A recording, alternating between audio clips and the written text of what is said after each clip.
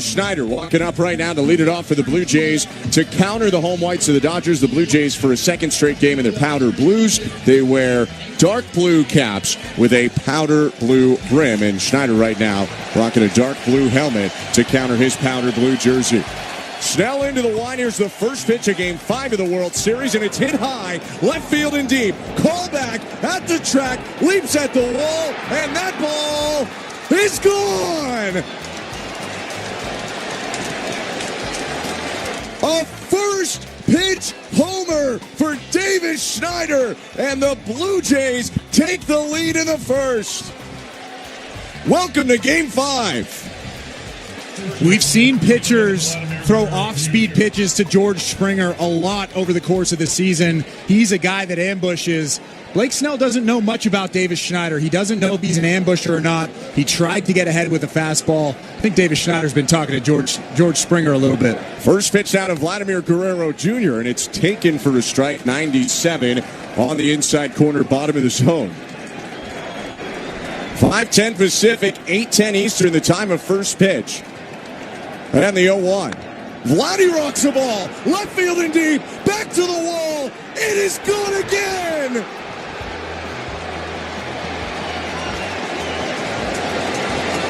Back-to-back blasts in the first. And in 3 pitches, the Blue Jays lead 2-0.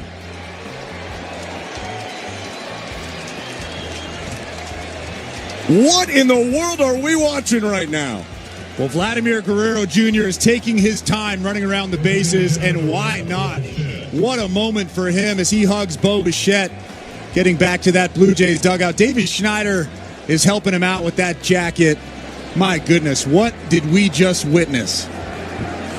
96-mile-an-hour heater. He smoked it out to left nearly 400 feet. 2-0, no outs in the pitch to Bo Bichette. Big swing and a miss. Why not go for back-to-back-to-back? But it's 0-1 as he whiffed over the curve. I'm pretty sure that's what Bo Bichette was thinking right there. Blake Snell kicks in the 0-1, and Bichette smokes the liner foul, 0-2. John Schneider talked about Blake Snell in comparison to Tyler Glasnow. Said you have to grind both of them, but Snell a little more aggressive. Glasnow can pitch himself into deep counts. You want to go after Snell early. 0-2. And Bichette rolls it foul past the ankles of Carlos Fabulous. Still no balls and 2 strikes. And talk about aggression, 2 homers in the first 3 pitches of the game. It's 2-0 Blue Jays in the first. Well, they know that Blake Snell will be trying to be in the strike zone because he was so erratic in his last start. He'll probably be trying to throw more strikes. 0-2. Bounce to the plate, check swing by Bichette on a curve in the dirt. And I can only assume that that's the game plan. Hey, this guy's going to try to throw strikes. He's going to try to be in the strike zone, at least more so than he was in his last game. Let's jump all over him. Left on right. Good start. The 1-2, outside 2-2. 2 homers before I could tell you that game time temperature for first pitch, 31 degrees Celsius. Not a cloud in the sky in Los Angeles. You can see the big hills, mountains in the background. 2-2. Swing and a miss, strike 3. Snell bounces back with a really nice change. Strikes out Bichette, 1 down. That's the pitch right there. I know he's got a very good fastball, sits about 95 to 97 with that 4-seamer. But like I said before the broadcast, when he's locating the fastball, that changeup is almost unhittable. We see one of the best hitters in baseball in Bo Bichette way out in front of it. So 1 out, 2-0 Blue Jays, top of the first in the pitch to Alejandro Kirk. High ball 1. This first inning is brought to you by Armstrong Bird Food. Bring nature to your backyard with Armstrong, feeding Blue Jays since 1986. Visit ArmstrongBirdFood.com. Snell's 1-0. And Kirk bounces it foul off Will Smith, rolls foul down the third baseline, and it's 1-1. Our home plate umpire tonight is Alan Porter. Jordan Baker at first, Will Little at second, and Adrian Johnson at third. 1-1. Kirk hits a liner up the middle into center, a base hit. Alejandro Kirk rounding first. And he will hold on to the bag there with a single. 3 hits and 4 batters to start this game. Didn't throw a fastball to Alejandro Kirk. A changeup and 2 sliders. He threw a good changeup to him on the second pitch of the at-bat, and then kind of hung that one over the middle of the plate. Did a good job just staying back and finding a way to get the barrel to it. Now he's standing at first base with just 1 out in the inning. Just to wrap up on the umps, crew chief Mark Wegner in left, John Tumpain in right field. Here's Dalton Varsho, and the pitch. Hit on the ground to second. This could be two. Picked up at second. Edman flips to Betts for one. Throw to first in time. That was close. Varsho immediately looks to the Blue Jay dugout, and DeMarlo Hale sprints to the phone. For now, an inning-ending double play, but we will hold for a moment to see if the Blue Jays want to take a look at that one. And they ask for the challenge, so we're going to stick right here in L.A. for this replay review as Alan Porter tells the Dodgers to hold off on leaving the field just yet. Blake Snell's really frustrated over there. He was actually looking at the Blue Jays dugout when they motioned, yeah, we're going to take a look. Was challenging the out call at first base. And he kind of flung his hands up in the air like, hey, what are you doing? Well, we'll see. If he's safe, he's safe. If he's safe at first base, I'm challenging. I don't mean to hurt your feelings, Blake Snell, but he might be safe at first base. You might be getting out on the mound again. We're taking a look right now. And Blake Snell should throw some warm-up pitches because they're going to be back out on there. He was safe. I mean, that's a pretty easy decision, in my opinion. Yeah, the Dodgers players are starting to make their way back out onto the field.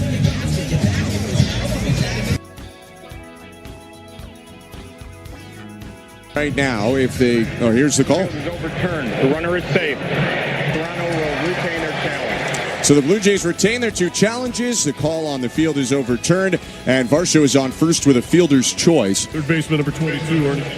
2-0 for the Blue Jays. Ernie Clement coming up with a runner on first, 2 outs. John Schneider re-mentioned today how important the first inning was against Blake Snell in Toronto in Game 1. A little bit different than this first inning. They made him throw 29 pitches and did not score, but they felt that inning really set up everything else they did in the game. They blitzed him here for back-to-back homers to begin the game. And now trying to add on with Clement coming up, a lefty masher, and Varsho leading off first. Slight knee bend for Clement, waves the bat above his right shoulder, and the pitch is taken outside. A changeup just missed, ball one. This is actually a very different version of Blake Snell than we saw in his last start. 14 pitches, 10 strikes, so he's actually filling up the strike zone quite a bit. Just not the right parts of the zone all the time in this first. He kicks and tosses to first. Varsho back in there standing up. Often a stolen base threat. Varsho, with the hamstring injury in the middle of the year, has not run nearly as much this season. Showed some speed, though, running down to first base. He can do it. I just wonder if he doesn't want to take any excess risk, potentially. Blue Jays in general have only attempted one stolen base this postseason. 2-0 with 2 outs in Varsho on first. 1-0, Snell to Clement. He kicks and fires. There goes Varsho. Pitch is taken high, a ball throw to second, and he's out. DeMarlo Hale races to the phone again, and we will stay here for a moment, although Varsho is starting to walk back toward the Blue Jay dugout. So I think he thinks he was out. John Schneider waiting, and DeMarlo Hale asks for a challenge.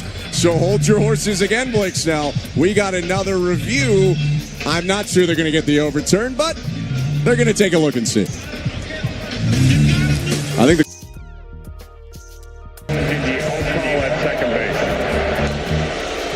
Yeah, I mean, we've seen a couple of angles, and I'm pretty sure that they're not going to overturn this.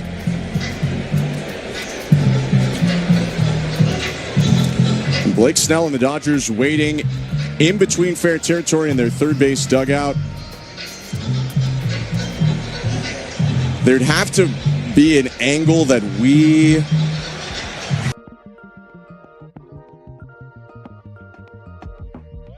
close. I mean, if the call was safe on the field, maybe you don't have an overturn, but I don't think you can overturn that call. I think the angle we're getting right now is a little bit better than the first angle we got, but honestly, both angles show that this play or this call probably won't be overturned. If the call on the field was safe, it might not be overturned either. And Call on the field stands. The runner is out. so the call stands, and the top of the first finally comes to a close, but not before 2 runs on 3 hits for the Blue Jays, and none left on. Back-to-back homers from David. Great moments in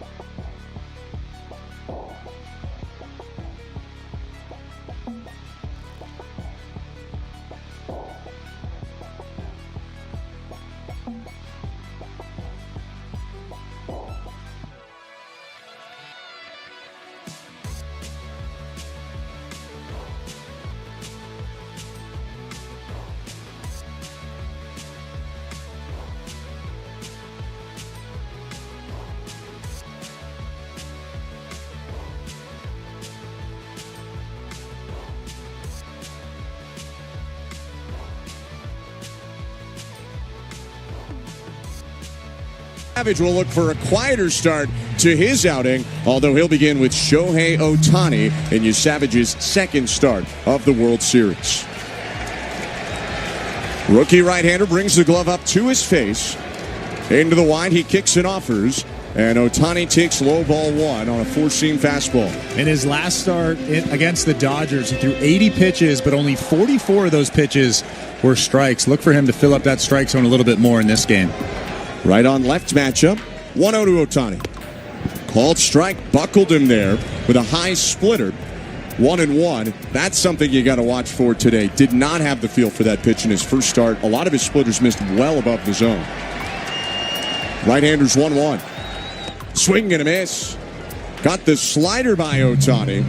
Landed middle in, but Ohtani out in front, 1-2. That was a good pitch, too. Right underneath the hands of Shohei Ohtani. Perfectly located. Doesn't look like he's scared out there at all. I don't know if he's scared of anything, to be honest. The 22-year-old making his fifth postseason start. Here's his 1-2 pitch. Bounce to the plate. Got too far on top of the slider and cricket bowled at home, 2-2. Yeah, that's one of those results where the pitcher is probably saying, don't leave this over the middle of the plate. Don't hang this. You overcompensate, and you throw about a 40-footer. Ohtani last night 0 for 3, a walk and 2 Ks. But went 4 for 4 and reached 9 times in Game 3. Savage with a 2-2. And it's grounded foul. Similar spot for the slider as strike 2, and Ohtani bounced it off to the right. We welcome you to the Don Valley North Lexus broadcast booth in the Vin Scully press box. I'm Ben Schulman alongside Chris LaRue. Show Ali is our host and producer. Tom Young and Michael Noto, our technical directors. Kick in the 2-2. Bounce back to the hill. Savage leaps, pops out of his glove. He catches it again and shovel passes it over to first in time for the out. Even trying to get Ohtani when he somewhat fumbled it. Savage stays cool, and he's chuckling as he goes back to the hill, 1 out. What do you call that type of pass in football from the shovel quarterback? Pass, shovel pass. Yeah, that was a shovel pass. I haven't seen that. I don't think I've seen that this season. That tells you just how comfortable he is out in front of 50,000 people on that mound at Dodger Stadium. Just a game to Trey Savage, despite all of the pressure and expectations that could be there. And that's a big first out, getting Ohtani. Here's Will Smith, bumped up in the Dodger order. Wind from Savage, offering to Smith. In there for a strike. Point to the right by Alan Porter. Rejigged Dodger lineup for 2 reasons. They haven't produced a ton so far in the postseason, especially since they blitzed the Reds in the wild card. 0-1. Swing and a fly ball, left field and deep. No, not as deep as we thought. Curling in Schneider after sprinting back. He makes the catch toward the line. 2 outs. So they've changed some things, and Andy Pages is not in there anymore. Alex Call has been brought in, but also Dave Roberts said before the game, because of how you savage pitches to righties versus lefties, they're treating him like a lefty starter, even though he throws with his right hand, and that's the effect of the splitter. Well, he threw 2 really nice fastballs right there. Good velocity, and we saw the fluctuation in velocity in his last start, 94, 95. That's good to see out of that right arm. Here's a righty hitter in Mookie Betts with 2 outs and the bases empty. The pitch. Fastball, called strike, challenged him with 95, bottom middle, 0-1. When you're locating that fastball at the bottom of that strike zone, that makes that split finger almost unhittable. 0-1 pitch, swing and a miss. Fed him a slider below the zone, and Betts chased. Now Mookie Betts adjusts one of his 2 chains as he steps back out of the box, drops back in to that batter's box with an 0-2 count. The wind, and the 2-strike pitch. He got him. Struck him out on a slider. 1-2-3 for your Savage in the first. On to the second we go. Game 5 of the World Series. You're listening to Blue Jays Baseball. They're up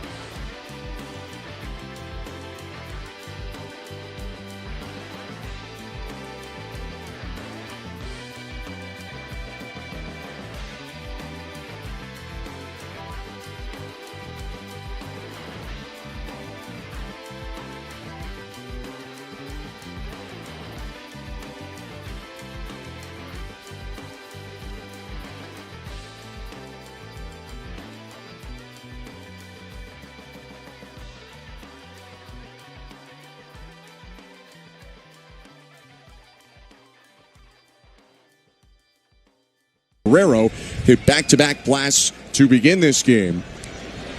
0-1 to Clement.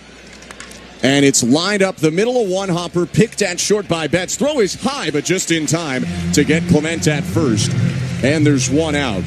Technically, the second time Clement saw Blake Snell, he was at the plate when the top of the first ended with Dalton Varsho caught stealing. But now Ernie has his first official at-bat. And with 1 out, Addison Barger steps in to go left on left with Blake Snell. 2 taps to the plate for Barger. Didn't start game 1, but had a big hit in that game. Here's the pitch. Swing and a bouncing ball right side, base hit. Hung a first pitch slider, did Snell, and if anything, that's a good result when you hang a slider to Addison Barger. He rolls a single through the right side and is on with one out. John Schneider looks like an absolute genius right now. Davis Schneider's in the ballgame for Nathan Lucas. He hit a home run, keeping Addison Barger in this ballgame left on left. He comes up with a knock right there. My goodness. You go some numbers-based decision-making with Schneider and some feel with Addison Barger, who's on first, one out. IKF is up. The pitch. Check swing. Pitch was up top. Appeal down to first. No swing, says Jordan Baker. 1-0. With one out and the bases, or pardon me, man on first. And a 2-0 Blue Jay lead, top of the second. Wind blowing out to right field tonight. Lefty Snell kicks and fires. And the 1-0 is cut on and missed. Change up down and away. Had Kiner Falefa leaning down to a knee. 1-1. It's a big difference in velocity. 97 to 85 with that last changeup. 12 miles an hour difference. You can see that awkward swing from IKF. Open stance right side for Kiner Falefa. And the 1-1. Checked his swing at a pitch that missed up top. A high changeup that time. Probably outside 2-1. Interesting sequencing so far from Blake Snell to IKF. 3 changeups in a row. Kiner Falefa hitting 152 so far in the postseason. The 2-1 pitch. Breaking ball. Called strike. Just grabbed the outside edge with a curve. Still doesn't want to show IKF the heater, who does like the high fastball. Hits a lot of line drives against them. But a lot of a mix for the 8-hitter in the lineup. It's 2-2. Freeman holds on Barger. A lot of room open on the right side of the infield. 2-2 to IKF. And it's popped down the right field line. Teoscar Hernandez charging. Crosses to foul territory, makes the catch on the side warning track. IKF retired, 2 outs in this top of the second. Another changeup from Blake Snell. Obviously, he has a very good feel for that pitch. Talked about this earlier. Changeup's one of the best pitches in all of baseball. When he's locating the fastball, it makes that changeup a little bit better. He's actually filling up the strike zone quite a bit with the fastball so far in this ballgame. He's just given up a lot of hits, 4 so far for the Blue Jays. 2-0 Blue Jay lead, 2 outs, runner on first, top of the second. Another left-on-left battle as Andres Jimenez steps in. Muncy plays in from third, and Snell kicks and fires. Breaking ball, called strike, great pitch. Curveball right on the bottom outside corner. You talked about this pregame. John Schneider talked about it pregame. One of the best at-bats last night from any Blue Jay came from Andres Jimenez in that 4-run seventh. The 0-1. Swing and a miss. Slider on the outside edge. 2 good breaking balls. It's 0-2. In that 7th inning last night, after the Blue Jays put 2 on, Jimenez started the scoring in that 4-run frame by dumping a single into left field, and that was in a left-on-left matchup. That was Anthony Banda. This is Blake Snell with a runner on first, 2 outs, top of the second. Snell rocks and deals. And it's a swing and a miss, strike 3. Second K of the start for Snell, who pitches a scoreless top of the second around a 1-out hit from Addison Barger. No runs, a hit, 1 left. 2-0 Blue Jays. Great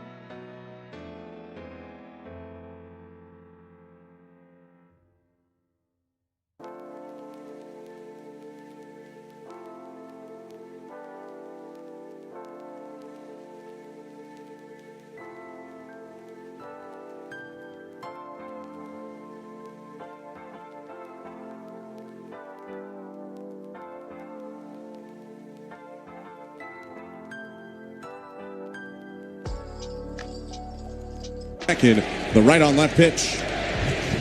Called strike right at the knees with the splitter. 0-1. Freeman saw Savage twice in game 1. 0 for 1 with a ground out and a walk. 0-1 pitch. Swing and a miss. Went to the slider, 5 miles an hour harder, but it still had arm side movement because of that high release point and pronation of the arm of Trey Savage. It's 0-2.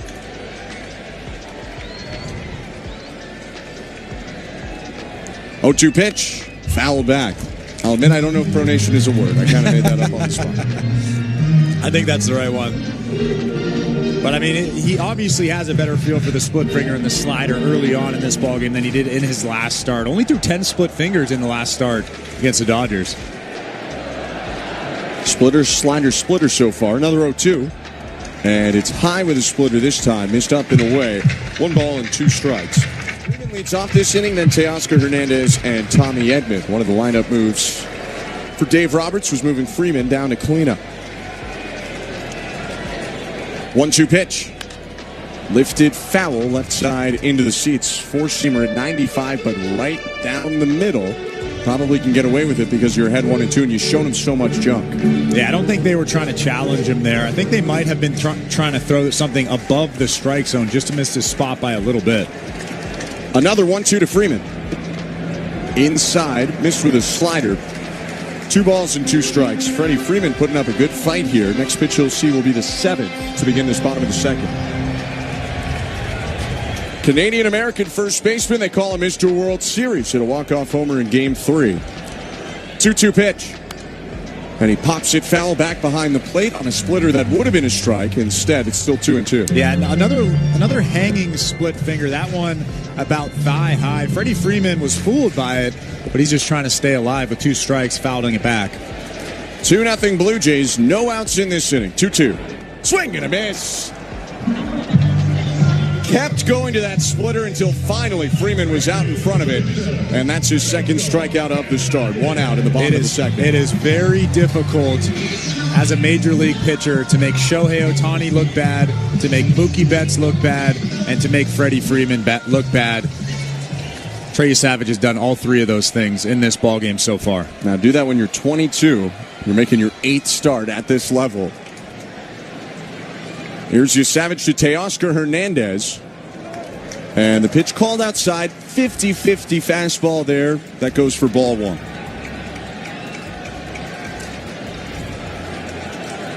Hernandez having a nice 2 games in L.A. the last 2 days. 1-0. Called strike.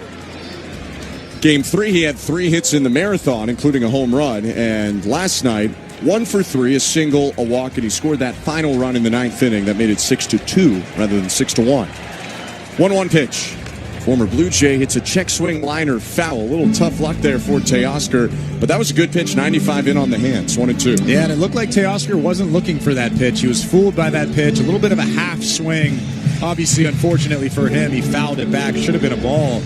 But just the awkward motion, the awkward swings, that's telling you that the Dodgers are having a tough time picking it up out of his hand.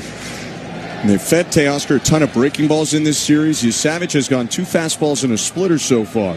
Kirk makes the call, the wind from Savage, and the 1-2. Swing and a miss, strike 3. There's the slider, and he punches out Hernandez. 3 in a row and 2 down in the bottom of the second. That one right there might have been the best slider I have ever seen him throw. Just darted to the bottom outside corner, started down the middle, tons of downward movement. Teoscar Hernandez just whiffs at it for the second out of the inning. Tommy Edman comes up, asks for time. The switch hitter will bat right, despite it being a right-handed pitcher. He did this in Game 1. He'll do it again in Game 5. Because that splitter has been tougher on lefties from Savage, Edman decides not to get the platoon advantage. Kick in the pitch. Low ball 1. He's done this to other guys before. Jeremiah Estrada, similarly high release point reliever for the Padres. Absolutely nasty, Jeremiah Estrada. Edman would do the same thing among other pitchers. 1-0. Bounce foul, 1-1.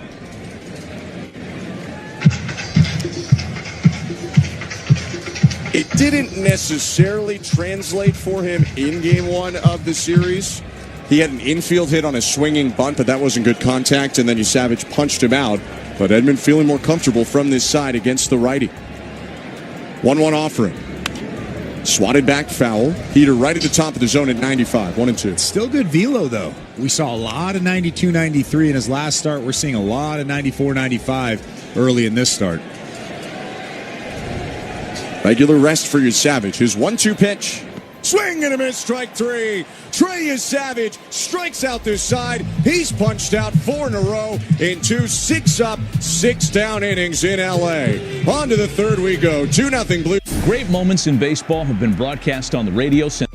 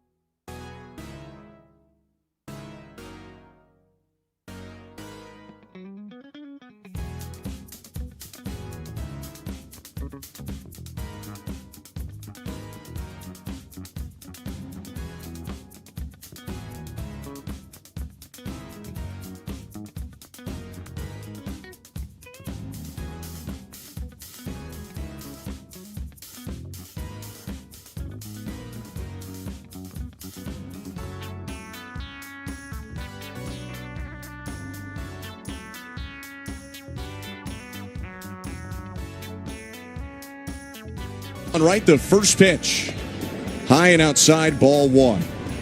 First pitch of this game was hit out of the yard by Schneider as the Blue Jays hit back-to-back homers in the first to start a playoff game for the first time in franchise history. 1-0. In the dirt, 2-0, and you can see the respect now being given by Snell, who has missed pretty big on the first 2 pitches. Schneider resting the bat on his right shoulder, and the 2-0 pitch. Swing and a foul back into the catcher, Will Smith, whose batting stance he will often mimic, but felt differently in batting practice today, so he's gone back to resting that bat on his shoulder in an open stance. I mean, what a swing from Davis Schneider. Probably the best swing of his life, if you ask him after the ballgame, regardless of what happens in this ballgame. Lined in the 2-1. High and outside, ball 3. And now if you're Blake Snell, 3-1 count. Schneider clearly has power. Rex Beck wearing right-handed hitter asks for time. But the big boy's on deck, Vladimir Guerrero Jr. So you're not in the business of walking Davis Schneider right now. Snell kicks in the 3-1. Called strike. Just got the top of the zone with a change. If he meant to Marco Estrada him, credit to him because it clipped right at the top, 3-2. I mean, Blake Snell has a lot of confidence in that changeup, so he throws it a lot behind in the count. Payoff pitch. Swing and a miss. Strike 3. 97 at the top of the zone. Good back-to-back pitches to recover and punch out Schneider. Third strikeout so far for Snell. One down. That's a big out for the Dodgers for Blake Snell, because if Davis Schneider gets on base, then you change the way you attack Vladimir Guerrero Jr. You have to pitch to him essentially. Now with one out, nobody on base, you can nibble around and maybe even pitch around him if you want to. Pitch to Vladdy. High ball one. I mean, it is getting a point with Guerrero. Maybe you just do pitch around him. He's got 8 homers in this playoff run. This is game 16. 1-0. Swing and a miss. Had Guerrero out in front on a really well-located change outside edge. Count moves to a ball and strike.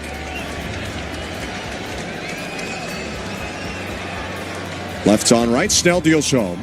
Guerrero bends the knee, takes it in the dirt. Ball bounced off Smith. Vladdy pitched it up and rolls it back over to the third base dugout of the Dodgers. New baseball for the lefty Snell, 2-1. I think because Blake Snell has such good stuff and relatively good command, I think I would just be careful. I wouldn't actually pitch around him. 2-1. Inside ball 3. And you try telling a 2-time Cy Young Award winner that he can't get that guy out and they need to pitch around him. I just don't think that's how pitchers like that are wired. Yeah. It's like telling Max Scherzer to pitch around somebody. Right. 3-1. Down and in ball 4. He at least nibbled around the edges as he misses with a curveball, and Guerrero's on for the second time tonight. That just looked to me like they weren't pitching around him, like I said, but they were just being very careful with the sequence, with the location, not trying to throw balls, but just trying to be careful. And Vladimir Guerrero Jr. ends up at first base with one out. But now you have to deal with Bo Bichette, who's swinging the bat a little bit better. Snell did punch out Bichette in the first, but Bo has looked really solid in the 2 games in L.A. Snell staring at Guerrero, and the pitch home. Swing and a bouncing ball, left side of the infield. Betts fields, throws the second one, and a stretch at second by Edman. He reeled it in for the out, but he was on his hands and knees. Bichette, who's not running well, would have been easily out at first if the throw was on the money. Instead, it's a fielder's choice. Bo on first, and Vladdy jogs across the line back to the first base dugout. Yeah, that was a weird one. Mookie Betts had a lot of time to throw that ball to second base. He just threw it off to the left. Tommy Edman wasn't really ready for it. He ends up on the ground, and Bo Bichette ends up at first base. I mean, Bo is just not running full speed, not even close to it right now. He's on first, 2 outs, the pitch to Kirk. Swing and a foul back, 0-1. Another burner at the plate right now. A guy having a great postseason at the plate right now. 16 for 60 with 5 home runs and 13 RBIs. Kirk 1 for 1 today. Singled to center in the first. Kick in the 0-1 pitch. Grounded foul. Reach for a pitch below the zone. A slider. 0-2.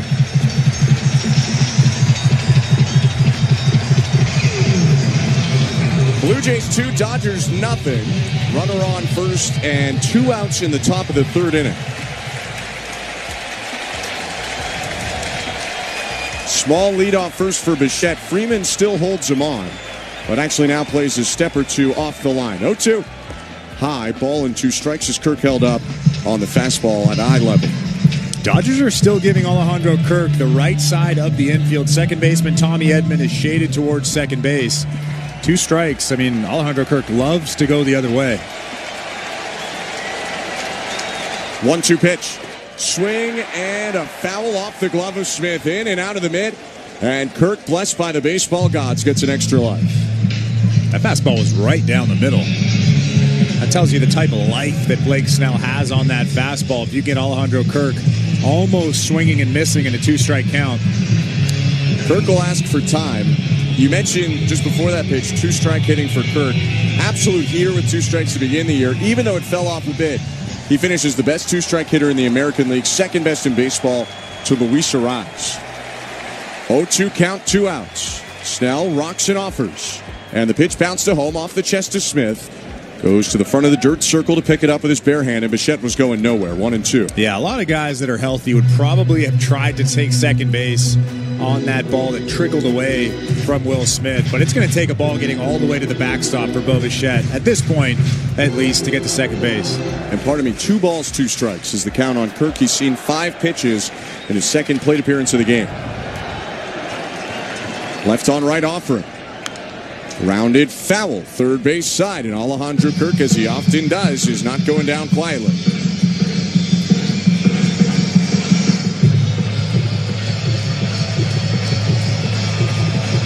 Although the Blue Jays have hit Snell well so far, they actually haven't driven up his pitch count much, so this has been a valuable 6-pitch plate appearance for Kirk.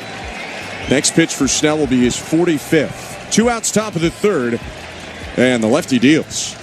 Swing and a miss, strike 3. Pitch in the dirt, picked up by Smith. He tags Kirk with his bare hand and ends the inning. No runs, no hits, 1 left after the Guerrero walk. Snell up to 4 strikeouts with the Blue Jays.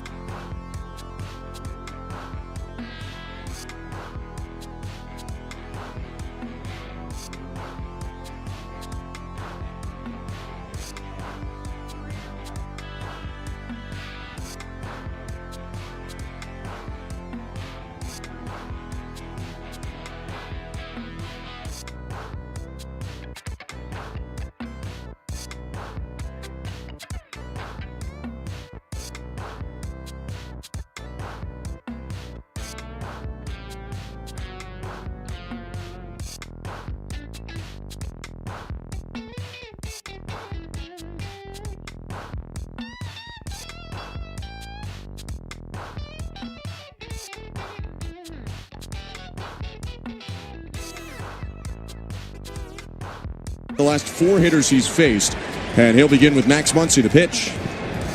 Called strike, 0-1, lands the splitter near the top of the zone. Another strike with that splitter. Just didn't have command of it, didn't have a good feel for it in his last start. That's good to see. Righty twists back and deals. And the pitch inside, 1-1. That was Trey Savage's 28th pitch. 21 of them have been strikes so far. 75% in the zone. 1-1. Hit back foul, headed our way. It'll fall under our feet off to the left. Ricochets off one of the cables, holding up the netting behind home plate, 1-2. It's really the same keys to success for Blake Snell and Trey Savage. Throw the heater for strikes, and then everything else is better. Savage looking to punch out a 5th straight. His 1-2 to Muncy. Outside, missed with a splitter, ran way to the right arm side. 2-2. Might have started as a ball out of the hand. An easier take for Max Muncy. Following Muncy, Kike Hernandez and Alex Call. 2-2 pitch. In the dirt with a splitter again. Full count. And as much as you don't want to give Max Muncy something in the strike zone or over the heart of the plate, you also don't want to walk him with the first batter of this inning with nobody out. So I think you got to challenge him here. Dodgers haven't had a base runner yet. You want to make him earn it. Payoff pitch. Called strike 3. Frozen with a slider at the knees. Muncy barking up the first baseline. He didn't like it. 5 Ks in a row, 1 down.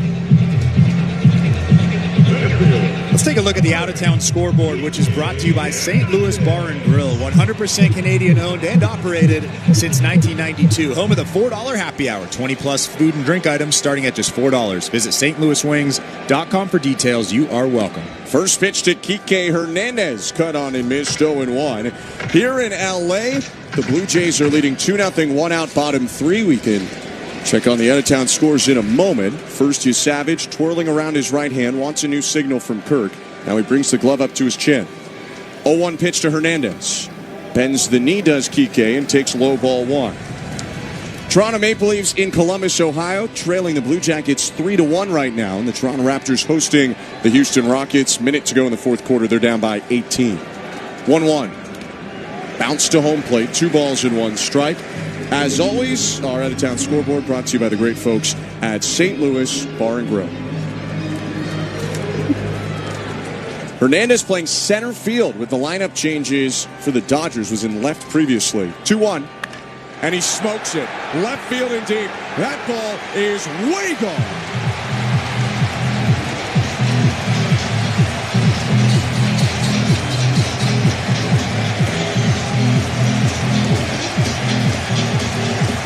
An absolute rope off the bat of Kike Hernandez. His first of the postseason and 16th in the playoffs in his career.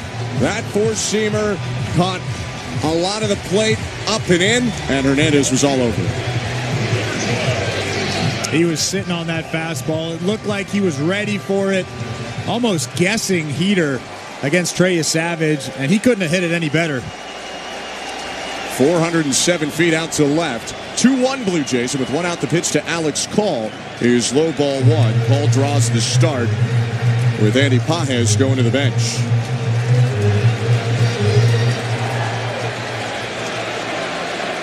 One out, base is empty.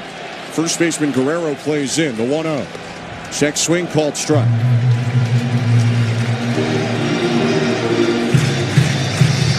And that has gotten this crowd back into the game. Blue Jays took them out almost immediately with back-to-back homers in the first. Dodgers on the board. 1-1. Swing and a miss. Awkward hack there on an arm side moving slider again. 1-2. Whether it's the speakers, whether it's the home run, whether it's the crowd, I mean, I can't even hear myself think right now. And it'll be interesting to see how Savage reacts. His first road start in the playoffs. 6'4" right-hander with a deep breath, waiting on Call, who had just asked for time and stepped out. And now Savage ready to go. 1 out and the 1-2. Check swing, pitch called low. Could have gone either way. Might have had the corner on a splitter. And Savage looks out into the sky beyond left center field. It's 2-2. I think Alex Call was fooled on that pitch. That was perfectly located. Might have clipped the bottom of that strike zone. 2-2 pitch. Lifted out to left center. Varsho tracking back. He was moving in initially, but he'll make the catch on the run. Going back to the warning track. Rare first step was wrong for Varsho. It was there, but he had the speed to make up for it. 2 outs, 2-1 Blue Jays, and the 3-time MVP Shohei Ohtani coming up.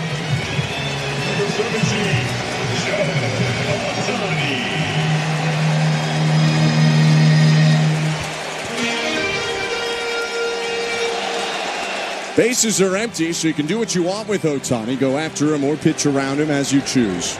Got him to hit a comebacker in the first inning. Right on left pitch. Bounce to home plate, ball 1. They chant MVP for him. Rightfully so. Not only is he a 3-time MVP and the NLCS MVP, looks like he'll be a 4-time MVP coming up in a couple of weeks with how his season went. Wind in the 1-0. Called strike. Ohtani backed away from that splitter. Crowd doesn't like it because of the Ohtani reaction, but really he was fooled. That pitch looked like it was hitting him in the head before dropping back in. Now the 1-1. Inside, brushes him back with a slider, 2-1. I also think the crowd doesn't like it just because it's Shohei Ohtani. And they expect him to hit a home run every single time. They expect him, if he's taking, it's probably a ball in their minds. 2-1 pitch. Fouled right back. Slider at the top. Got away with it there. Probably don't want to leave it there again. But it's 2-2. That elevated off-speed pitch away is a pitch that he really hits well. He goes the opposite field. Probably hits him a lot of the time over that fence in left center. That's a sweet spot, or at least one of his sweet spots. Like you said, you do not want to hit that spot again. The wind and the 2-2. Swing and a miss, strike 3. Ohtani loses his helmet on this splitter, and Savage bounces back after giving up the solo shot to Kike Hernandez to get call and punch out Ohtani, ending the third. 2-1 Blue Jays, Game 5 of the World Series. Back in a flash. You're listening.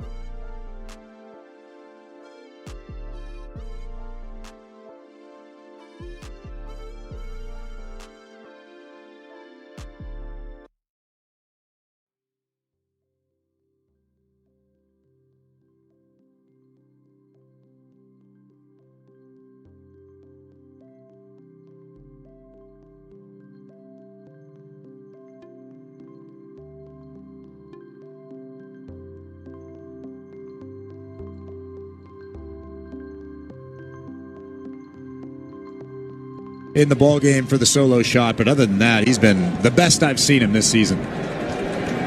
Blake Snell back on the hill for the Dodgers. His pitch to Dalton Varsho. And this left-on-left matchup starts with a curve over the plate for strike 1. Varsho hit a 2-run homer off Snell in Game 1. It was a fastball fat right over the middle of the plate. 0-1 outside. And actually, those were the first runs of this World Series for the Blue Jays. And the Varsho homer came in the 4th inning of that game.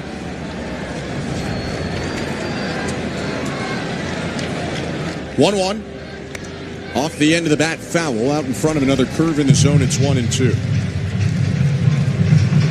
This Snell start has gone a bit differently than that one. Pitch count isn't as high, but the Blue Jays still with a lot of traffic, and they clipped him for 2 home runs in the first 3 pitches, which is why they lead it 2-1. Ahead of Varsho, here's his pitch. Bounce to home, 2 balls, 2 strikes. Snell's made a lot of good pitches in this ballgame so far, but he's also missed a couple of times, and that's the key to success against Blake Snell. Yes, he's going to make his pitches, but when he makes his mistakes, you have to be all over them, and so far, Blue Jays have done that twice. 2-2. Swing and a fly ball hooked down the right field line. On the run, Teoscar Hernandez slides and it's down. Rolling onto the side warning track. Varsho hits the bag at second. He wants third. Hernandez picking it up now. And Varsho takes a look and stops at third with a leadoff triple. Hernandez was close, but as he slid, the ball bounced about 3 feet away. Got by him. He had to stop his momentum, get up, turn around, and Varsho easily got into third with a stand-up triple. I can almost guarantee that everybody in that Dodgers dugout right now, are thinking to themselves, what are you doing? You have to take that off on the bounce, catch it at your chest, and throw that ball into second base and keep Dalton Varsho at first base. That's a huge risk, and it didn't pay off for the Dodgers. Infield plays back. Ernie Clement is up. A ground ball could score a run with Varsho on third. Snell's pitch. Outside, ball 1. Part of the reason this is so big, Dodgers just got on the board. The Blue Jays trying to stop that momentum and immediately punch back in the top of the 4th. 2-1 Blue Jays. Clement is grounded out to short in this game in his lone at-bat. 1-0. Hits it back foul. 96 just off the edge outside. It's 1-1. That's the risk you take with Teoscar Hernandez out there. I mean, he's one of the best hitters in all of baseball, maybe a top 20 hitter, top 30 hitter, but his defense has always been slightly shaky.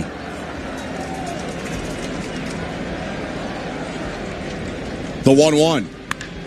Hit on a line out to center, charging in Hernandez. Varsho tagging. Hernandez makes the catch. Here comes Varsho. The throw goes up the line, and Varsho drags his left hand across home plate in a slide. Sac fly, Ernie Clement. 3-1 Blue Jays with 1 out in the top of the 4th. And right on cue, the Blue Jays take advantage of that miscue by Teoscar Hernandez. Ernie Clement staying on that pitch, doing everything he can to try to lift it out to the outfield. Actually hit it pretty well right at Kike Hernandez in center field, but Dalton Varsho, way too much speed, gets there pretty easily, scores the 3rd run of the ball game for the Blue Jays. The utility man Hernandez sent out to center field in this game. Below average arm strength for him. First pitch to Addison Barger with 1 out is in the dirt, ball 1. Andy Paez has his ups and downs in center field, but he does definitely have a big arm. But to make an offensive change, they take him out. Who knows if Paez gets him anyway with Varsho's speed. 1-0 to Barger. Down and away, 2-0. Check swing, appeal to third. No swing, says Adrian Johnson. So it is 2 balls, no strikes. What a huge momentum swing. The Dodgers just got that big home run from Kike Hernandez, then the miscue by Teoscar Hernandez. Blue Jays are back up 2 runs. 3-1 with 1 out and the bases empty. Night sky starting to form above Dodgers Stadium. 2-0 pitch. Breaking ball, called strike. Curveball clipped the bottom. It's 2-1. That's some respect right there. You're getting a 2-0 breaking ball left on left. I mean, Addison Barger obviously has shown that he's got a ton of power. Wind in the 2-1 pitch. In the dirt, ball 3. Talking to Barger about matching up with Snell today. Obviously, he acknowledges it's not an easy matchup. It's left on left with a 2-time Cy Young Award winner. But he didn't hate that there's some cut on the Snell fastball. Could cut right into the barrel of the left-handed hitter. 3-1 pitch. Grounded foul. Jumped on a slider on the inside edge. Pulled it into the sidewall. Full count. He got a 2-0 curveball, a 3-1 slider. Not only does that show that Blake Snell has respect for the power of Addison Barger, but it also just shows that he's a good pitcher and he pitches backwards, even though he's got that big stuff. Barger asked for time, adjusted his white batting gloves, now holds his 2-tone bat up, light handle, black barrel. The payoff pitch, check swing, pitch was low, appeal to third, no swing, ball 4. How about that at bat as he takes a tough change for a walk? And now that pitch count is up to 59. 35 strikes thrown. He's become a little bit erratic over the last inning and a half or so, but wasn't that bad from Addison Barger. One of the tougher at-bats, left on left against a guy who normally dominates left-handed hitting. Barger's been on both times, hit and a walk. 1 out, IKF is up. 3-1 Blue Jays, top of the 4th. Snell's pitch. Piner Falefa bends the knee and takes a strike.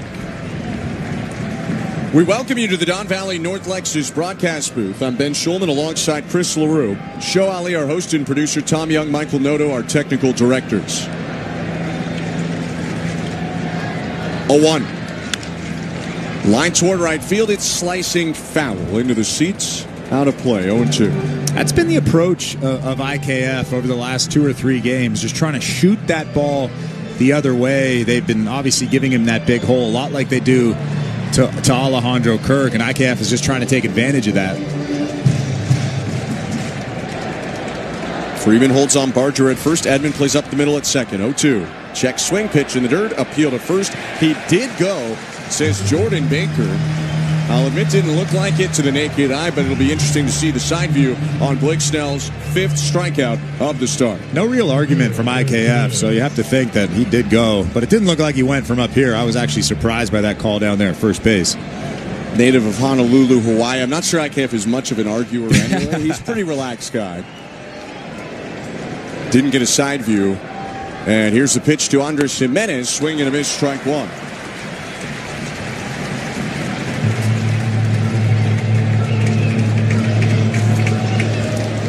Barger getting a word from Mark Budzinski as he leads off first base. Jimenez 0 for 1 with a strikeout. The 0-1. Jimenez takes outside. Will Smith slid to his left. Stop that ball from getting away. 1-1.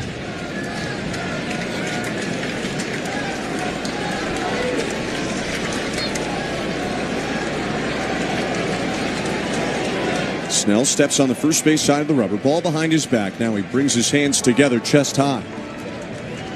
1-1. Off the end of the bat, foul over the screen, 1-2.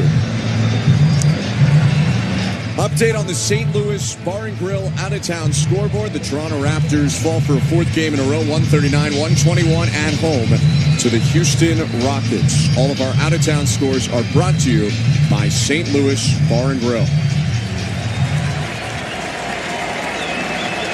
1-2 count, 2 outs, 3-1 Blue Jay lead, top of the 4th. Left on left, Snell to Jimenez. Check swing pitch in the dirt, appeal to third, and he did go again. Not so sure, but back-to-back strikeouts for Snell. We end the top of the 4th. Blue Jays get a run on the Varsho triple, followed by Ernie Clement's sac fly. And on to the bottom of the 4th we go. It's 3-1 Blue Jays, Game 5 of the World Series. You're listening to Blue Jays Baseball, brought to you by your local family-owned Crown Rust Control Center, streaming at sportsnet.ca and the Sportsnet Radio Network.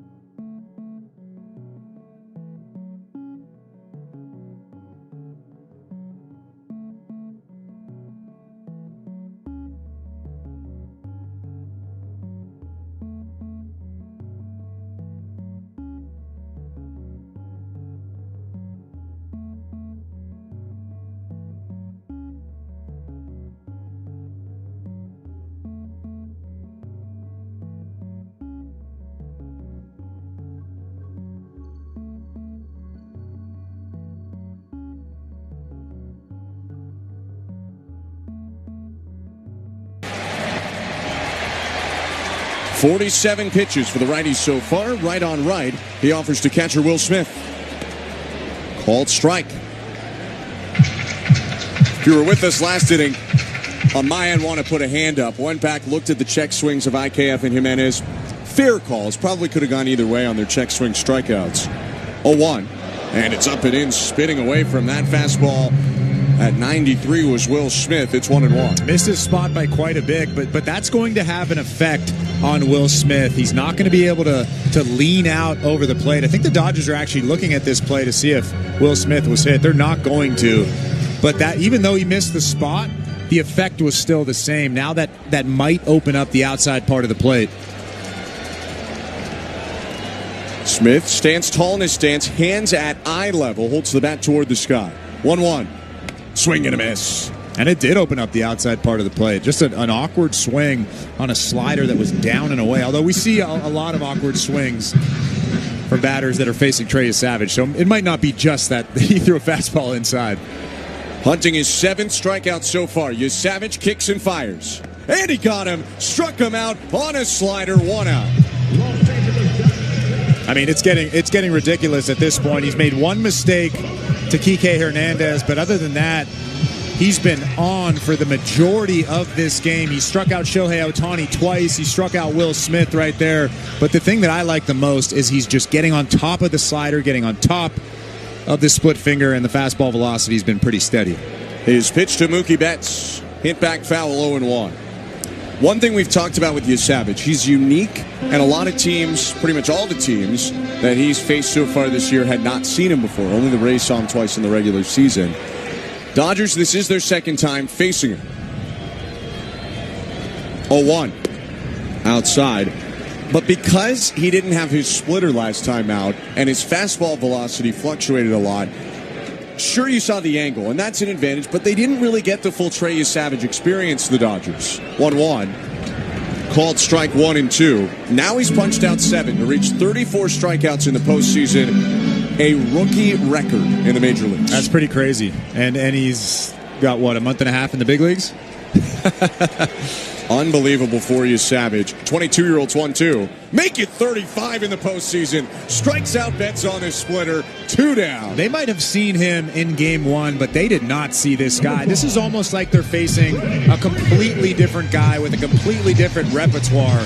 I mean, it's just been so incredible. Not only the pitches, not only the location, the strikeouts, all that stuff, just the composure out there. This is a difficult place to pitch.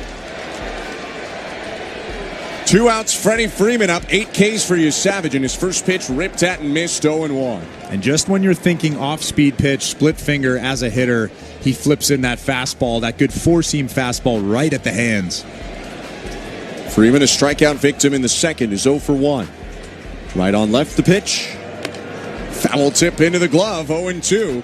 Another fastball, he blew that one by Freeman at 95. And I'm sure Freddie Freeman was thinking, well, he just threw a four-seam fastball in. He's probably going to go away. Nope, challenge fastball. 2 outs, bases empty. 2-strike pitch. Bounced to home plate, and it hit Freeman. Slider was spiked, got Freddie Freeman on the outside of his right leg, and a lifeline to Freeman there as he's on first after being behind 0-2. Another one of those pitches where it tells me he's trying to do too much. He's telling himself, don't leave this over the plate. Don't spin this over the middle of the plate. I'm going to bury this pitch. You choke it off, and you probably bounce at 40 feet, and he did that right there. Freeman leads off first. Teoscar Hernandez up, who can tie this game with 1 swing. Bottom of the 4th, 2 outs. The pitch on the ground, up the middle, ranging Jimenez, stumbling, tried to flip it, no look to second, but it was offline and not in time. Well-placed grounder means Teoscar's on first with an infield hit. Freeman up to second. Not really the fault of Savage on that one, but 2 on 2 out. No, that's weak contact. Andres Jimenez was playing Teoscar Hernandez to pull. He was kind of shaded towards the third base bag a little bit. Normally, he would probably make that play and throw Teoscar Hernandez out at first base, but because of the defensive alignment there, didn't really get a chance. Yeah, he was stumbling onto the grass. No chance to go to first. Tried to make a hero play to second, and it's first and second, 2 outs. Savage in the stretch. Tommy Edman up right on right. The pitch blocked by Kirk as it bounced off to the left-handed hitting side of home plate. 1-0. We saw the impact yesterday that the Blue Jays feel the Dodgers can have relaying signs from second base to home plate, which is fully allowed, obviously, by the way, just to be clear. Max Muncy was on second in the ninth. Louis Varland intentionally balked him over to third base so that Muncy couldn't see into the glove. This will be the first time tonight that Savage throws a pitch with a guy on second, and immediately after his first pitch, Kirk has gone out there to talk to him. Could be related, could be unrelated, but you got a lot of veterans with a lot of experience at picking up pitch grips within a glove and helping guys know what pitch is coming next. I like what Alejandro Kirk is doing right now. He went out to have a chat with Trey Savage, and he's slowly walking back to home plate, giving Trey Savage a breather out there, letting him compose himself. This crowd has gotten loud over the last 2 or 3 minutes. First and second, 2 outs, 3-1 Blue Jays, bottom 4. The 1-0. Edman cuts and misses. Slider over the out of third. It's 1-1. Struck out Edman on a splitter in the second. 1-1 pitch. Popped up. Middle of the infield. IKF calls for it. Jimenez waves him off, and the shortstop leans left to make the catch and end the inning. A little 2-out trouble with a hit batter and an infield hit, but Savage nodding into Alejandro Kirk as he stalks off the hill through 4 innings. Top of the 5th. Coming up next, Game 5 of the World Series. It's the Blue Jays 3 and the Dodgers 1. You're listening to Blue Jays World Series Baseball, brought to you by...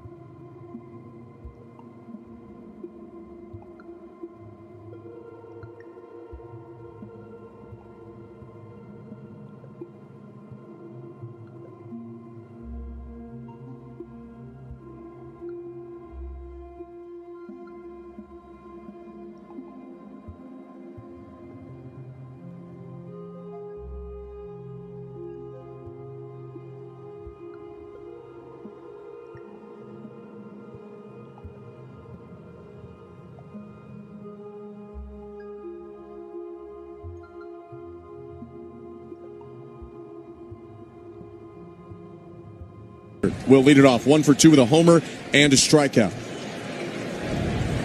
Snell winds in the pitch.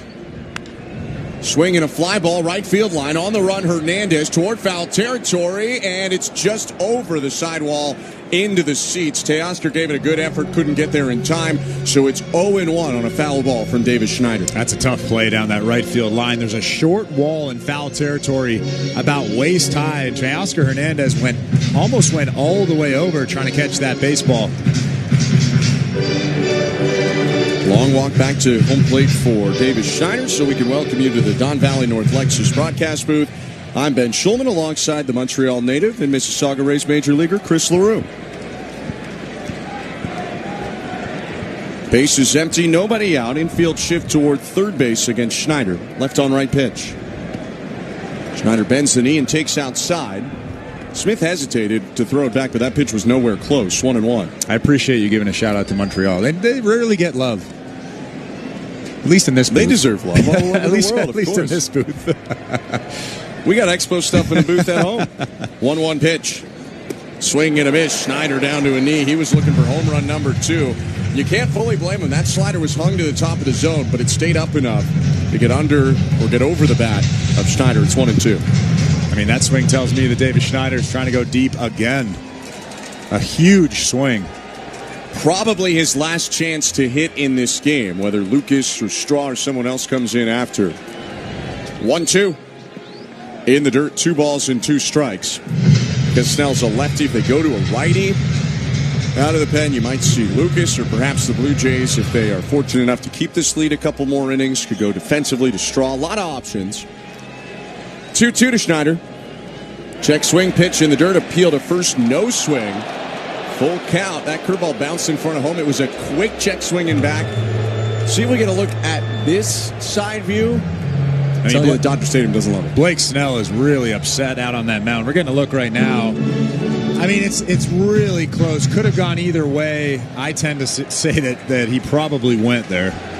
Yeah, I kind of side that way too, but maybe like 55-45 he went. Payoff pitch, and Schneider will take a walk on a miss low. And that does not excite the local fans. Schneider down to first. Interesting, Snell went with the slider rather than a challenge fastball, because here's Vladimir Guerrero Jr. with a runner on first and no outs. Yeah, and like we talked about already in this ball game, if you get Davis Schneider out, you can pitch a little bit differently to Vladimir Guerrero Jr. You're not pitching around him, you're just careful with him. But now with nobody out and a runner on first, you have to pitch to him. 27 hits and 8 homers for Vlad in the playoffs. Step off, throw to first. A dive back in by Schneider. Rather than the lefty move, kicking the knee up and stepping toward first, Snell goes for the quicker, trickier step off and toss. Vladdy with more home runs than any Blue Jay in a postseason career, let alone a single postseason run. Snell to Guerrero, and he takes strike 1. Changeup on the outside edge. Looked like he was taken all the way there. Sometimes that means that he's picked up the pitch and it's not the pitch he's looking for. Not always, but often that precedes some of his best at-bats when he takes all the way. Here's the 0-1. Fouled back. Got a good piece of that slider on the outer third, but Guerrero's in an 0-2 hole here. 1 for 1 in this game with a homer and a walk. He was certainly not taking all the way there. That was a huge swing from Vladimir Guerrero Jr. That slider spun up there. Landed about middle of the zone in terms of north to south. It was on the outer edge. Davis Schneider with a lead off first. Snell staring at him. 2-strike pitch. Vladdy bounces it back to the mound. Snell turns, throws to second 1. Hedman to first to beat the sprinting Guerrero for a 1-6-3 double play. Blake Snell with great composure there. Fielded it and just kind of relaxed, turned around and tossed it to Edman, who turned that double play. 2 down. He seemed really comfortable fielding that ground ball, turning around to second base, and throwing an absolute strike to Tommy Edman. A lot of pitchers feel uncomfortable throwing to second base. A lot of the times you'll see them spike it, throw that ball into center field, but Blake Snell threw it right to the chest of Tommy Edman. A perfectly executed double play. A nice pitch, too. 96 in on the hands to get Vladdy to bounce out. Pitch to Bichette. Down and away, ball 1 with 2 outs and the base is empty. 3-1 Blue Jays, top of the 5th. Snell was just shaking his head and saying something to home plate umpire Alan Porter, probably saying, "That's not a ball, that's not a ball." At least that's what it looked like. I think it might have been a ball. It was off the plate. Not by much. Lined in the 1-0. Called strike. Well, that's why you do it, because that's pretty much the same spot. And that time it goes for a strike, maybe a hair higher. It's 1-1. Yeah, you plant that seed of doubt into the umpire's head, and he's thinking, maybe that wasn't a strike, or maybe that wasn't a ball. 77 pitches for Snell, trying to finish off his fifth. 1-1. Bichette lofts the ball to left, moving back. Call now walking toward the foul line, makes the catch above his head to end the inning. It started fruitful with the leadoff walk, but a ground ball double play and fly out makes it a minimum inning. Blake Snell only faces 3 and does not allow a run in the top of the 5th. 3-1 Blue Jays, middle of the 5th. Here comes Trey Savage.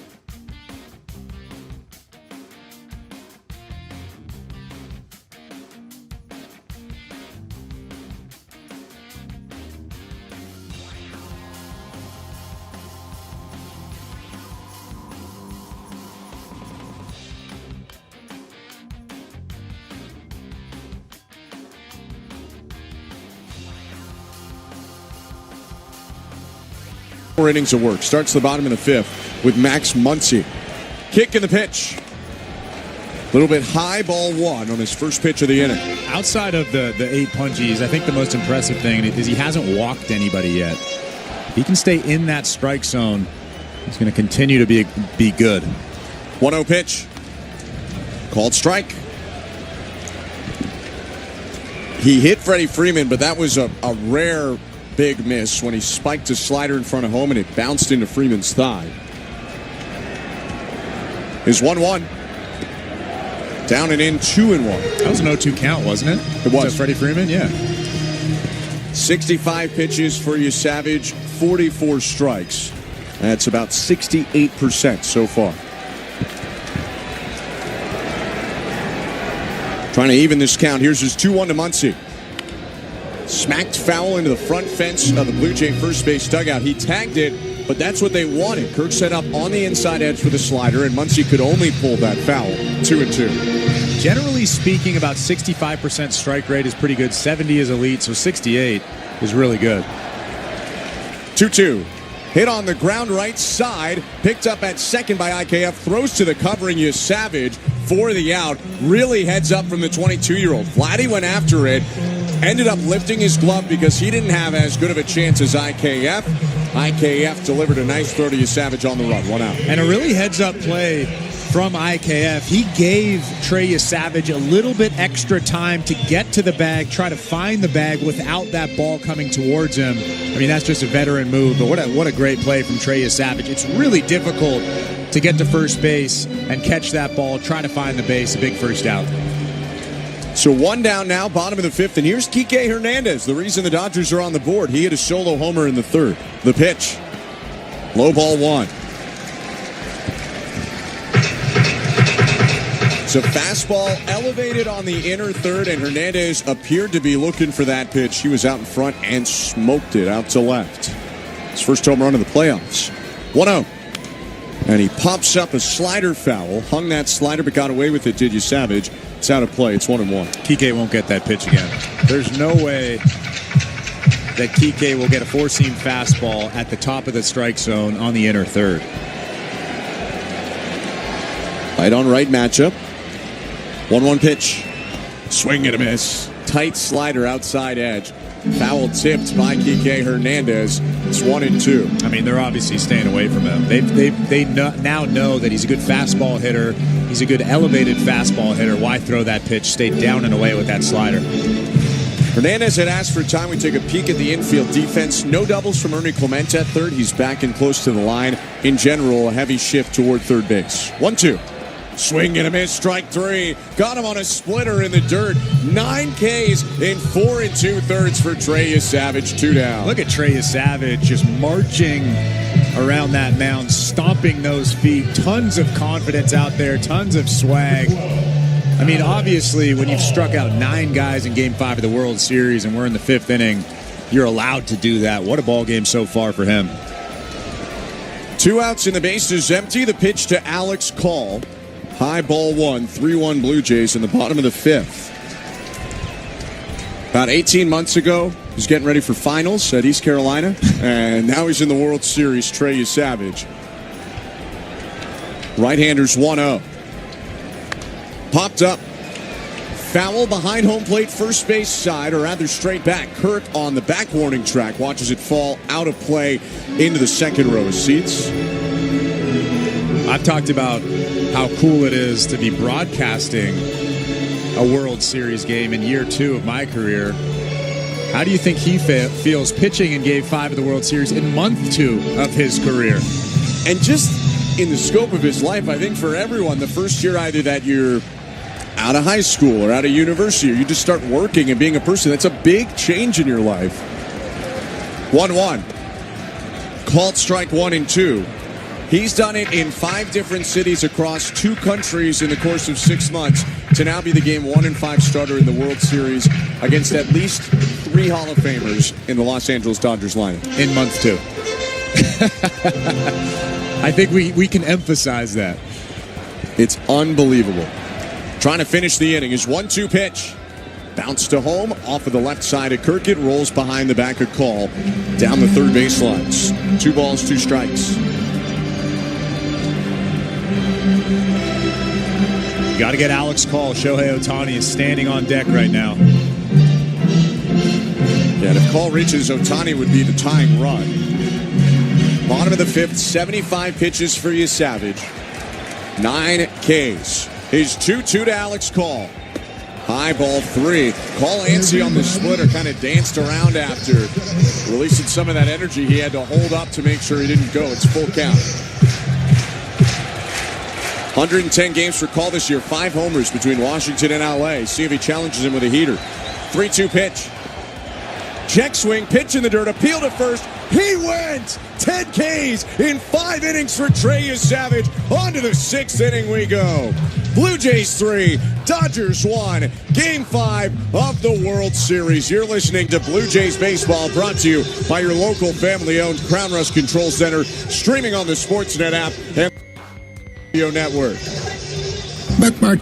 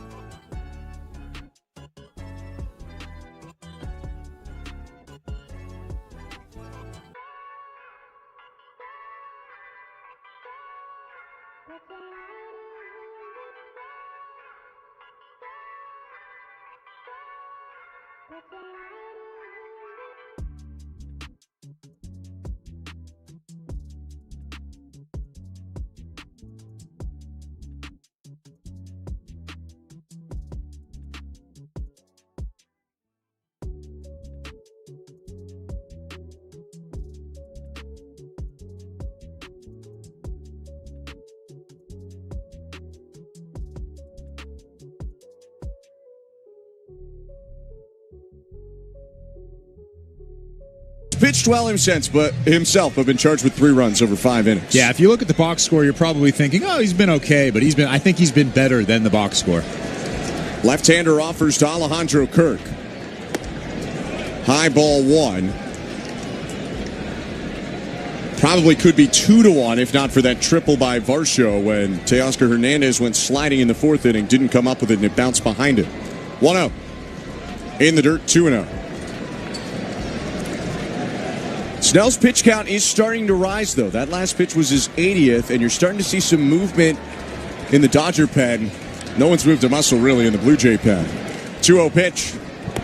Fastball. Called strike right at the top at 95. 2-1. Blake Snell threw 100 pitches in his last start on the 24th. Trey Savage threw just 80 pitches, although he wasn't as good as he has been tonight. Wind in the 2-1 offering. Swing and a miss. Kirk chases a slider just above the zone, 2-2. Quick peek at the St. Louis Bar and Grill out-of-town scoreboard as Kirk puts a hand up and asks for time. Columbus Blue Jackets now up 5-1 on the Toronto Maple Leafs. Early stages of the 3rd period in that game. Snell steps, kicks, and fires. 2-2 is inside, full count. That's a good take. Blue Jays need to add on here like we've talked about so many times in this series. No lead is safe with this lineup that the Dodgers have.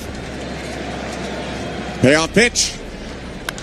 Smoke down the left field line. Backhanded at third by Muncy. Skips the throw to first. Freeman makes the pick, actually going to the foul side, backing up to field it on a long hop. 1 out.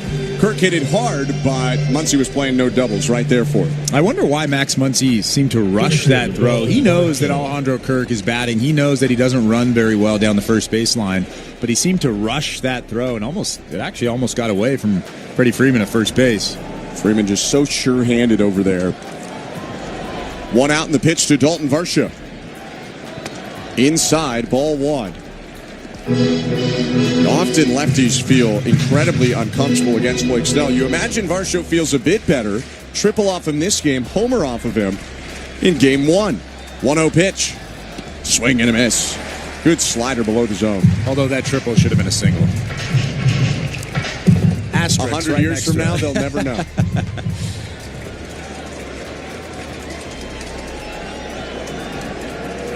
Wind in the 1-1.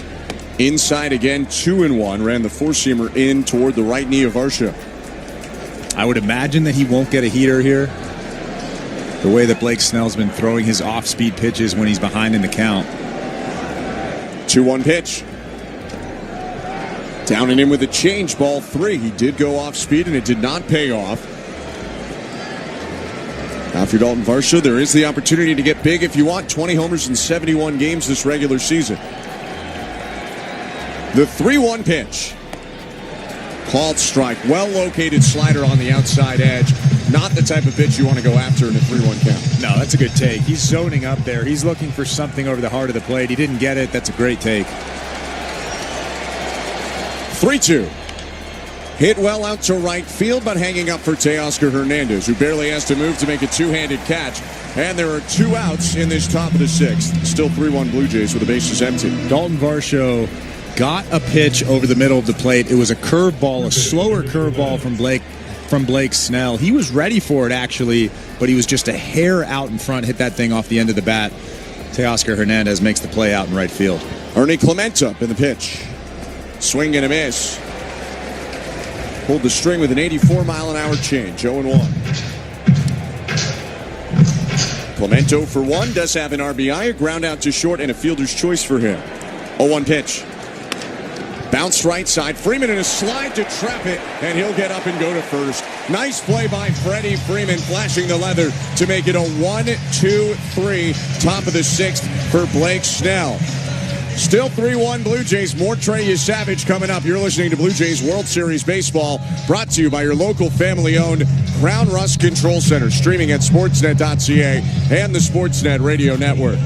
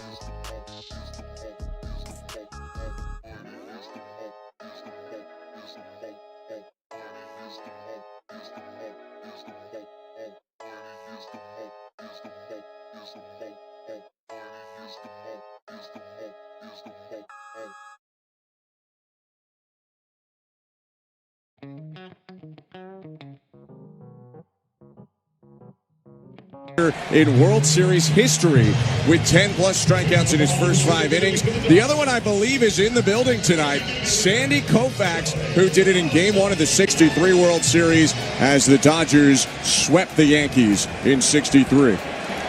Savage home to Shohei Ohtani in the first pitch in the dirt, ball 1.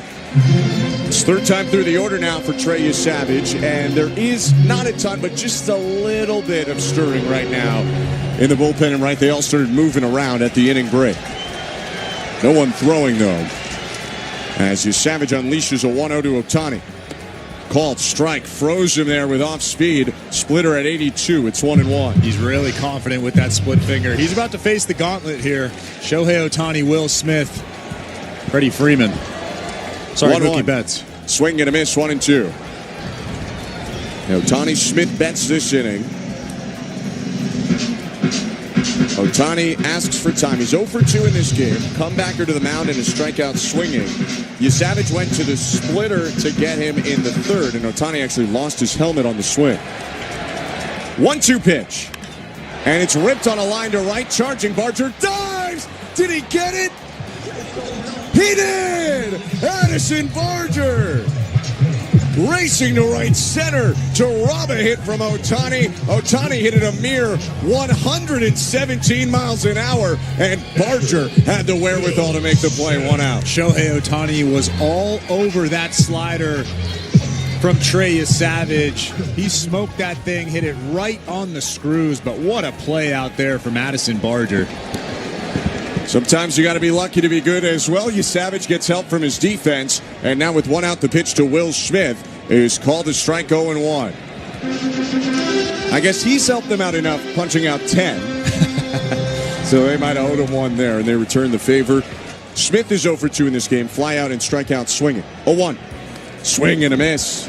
Went for it all on that splitter. Landed on the bottom inside corner. 0-2. Catcher Will Smith will ask for time. Kicks the barrel of his bat with his right foot and steps back into the back chalk. Feet pretty close together in his straight-up stance. 0-2. Swing and a miss, strike 3. 11 Ks for Trey Savage. 2 down in the bottom of the 6th. He's shredding right now in Game 5. Well, he's shredding, and he is stomping around that mound out there. Another good slider that looks like a fastball. Will Smith, who's a very, very talented hitter. Just a frustrating look on his face as he walks back to that dugout. Kind of dumbfounded, actually. 2 outs in the pitch to Betts. Bounced back foul. Fielded in the on-deck circle by Freddie Freeman, 0-1. So 11 Ks for Savage. 10 of them are swinging. He got Muncy looking on a slider in the 3rd. He has 22 swings and misses so far in this game. 0-1. Called strike, 0-2.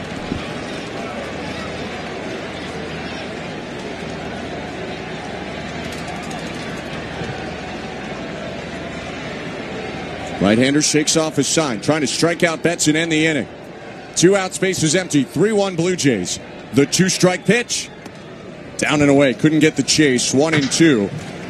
Want to mention, because we don't know when the inning could come to a close here, Savage has just tied a rookie record in a single game in the World Series. His 11 Ks matching Don Newcomb in 1949. 1-2. Bounce to the plate. 2 balls, 2 strikes.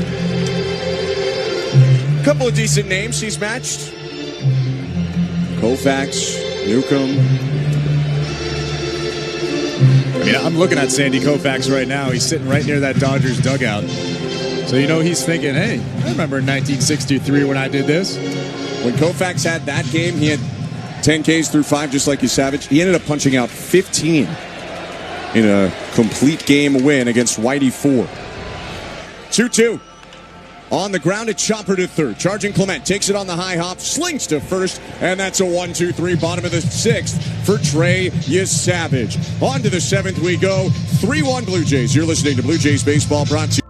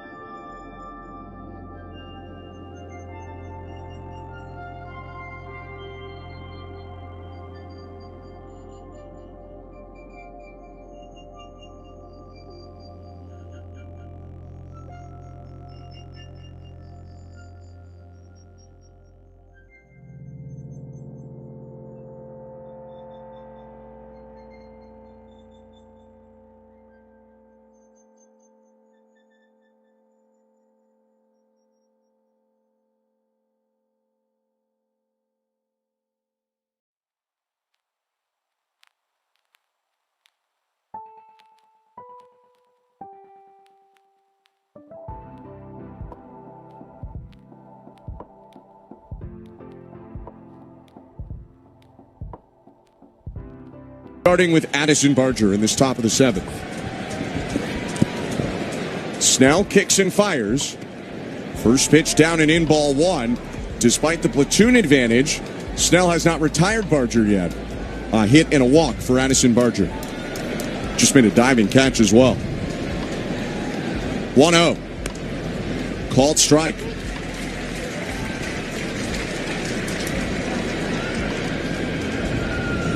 About a half season in the big leagues last year, and Barger didn't make the team out of camp this year. He's been so big for them. 1-1. Outside and low, 2-1. And that was not making the team after putting together a really good spring. He was the odd man out. Yeah, I remember we talked about him in spring training, and everybody was kind of wondering if he would make that team. Unfortunately, he didn't. He went down to Buffalo, work on some things, although it didn't look like he needed to work on some things. Came back up, and he had a heck of a season, and he's really hit the ground running. Open stance left side on the toes of his right foot. The 2-1. Popped it up. Back behind the plate. Smith holding his mask in his right hand, curls back to home because that ball is into about the 7th row of seats behind home. Out of play foul, 2-2.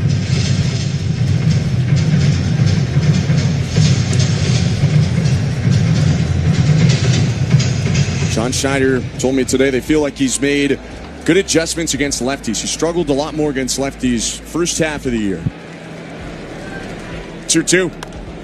Bounce left side, and it sneaks through down the left field line. Barger tearing around first. Big turn. He'll go back to the bag. They were shifting him away from third, so he had a big gap in between Muncy and the bag, and he shot it. Call with a good play and left to get it back in. Leadoff single. Yeah, Alex Call got to that ball really quickly. I thought that was a no-doubter, a no-doubt double off the bat, but Alex Call kind of came out of nowhere, quickly cut that ball off and got it back into second base. That's actually a really important play. There is nobody out in this inning, and you keep that guy standing at first base. IKF up to the plate now, 0 for 2. Barger leading off first with no outs and a 3-1 Blue Jay lead, top of 7. Snell kicks and fires. IKF squares, pulls it back. The pitch was way high. Ball 1. So it looks like they're going to try and move Barger into scoring position here. Try and play a little small ball, although IKF looking down for new signs from Carlos Fabos. Max Muncy plays in, even with the bag at third. Freeman even with the bag because he's holding on Barger at first. Early square on the 1-0, and it's bunted foul to the right. Changeup, and IKF turned his body, ended up turning a little too much as he bunted it first base side foul, 1-1. That's the pitch you want, a changeup that's kind of moving away from you so you can follow it in and bunt that ball to the first base side of the infield. IKF unfortunately just hit that ball a little bit foul. Snell will fall off to the third base side if you're looking to place it well. Left-hander's 1-1 pitch. IKF squares, pulls it back, takes a called strike at 97. Over the outside third, it's 1-2, and now decision time for John Schneider and Carlos Fabos. I say swing away. We've seen in this series that John Schneider will bunt with 2 strikes. I say swing away. I have no idea what he's going to do here. Muncy still wary of the bunt playing in. Step and throw over to first, and Barger back in there. They made that move to see what IKF would do, and he did slide his hand up the bat. So it looks like they'll try to get it down with 2 strikes. You got to get it into fair territory. Meanwhile, out on the mound, next pitch will be the 101st for Snell. Here it is. IKF takes in the dirt, and Barger off on the dirt ball. Smith can't find it. It's right in front of home. Barger into second on a wild pitch. He took off early, reading that the curveball was going to be spiked, and Smith was spinning around as the ball was right in front of him.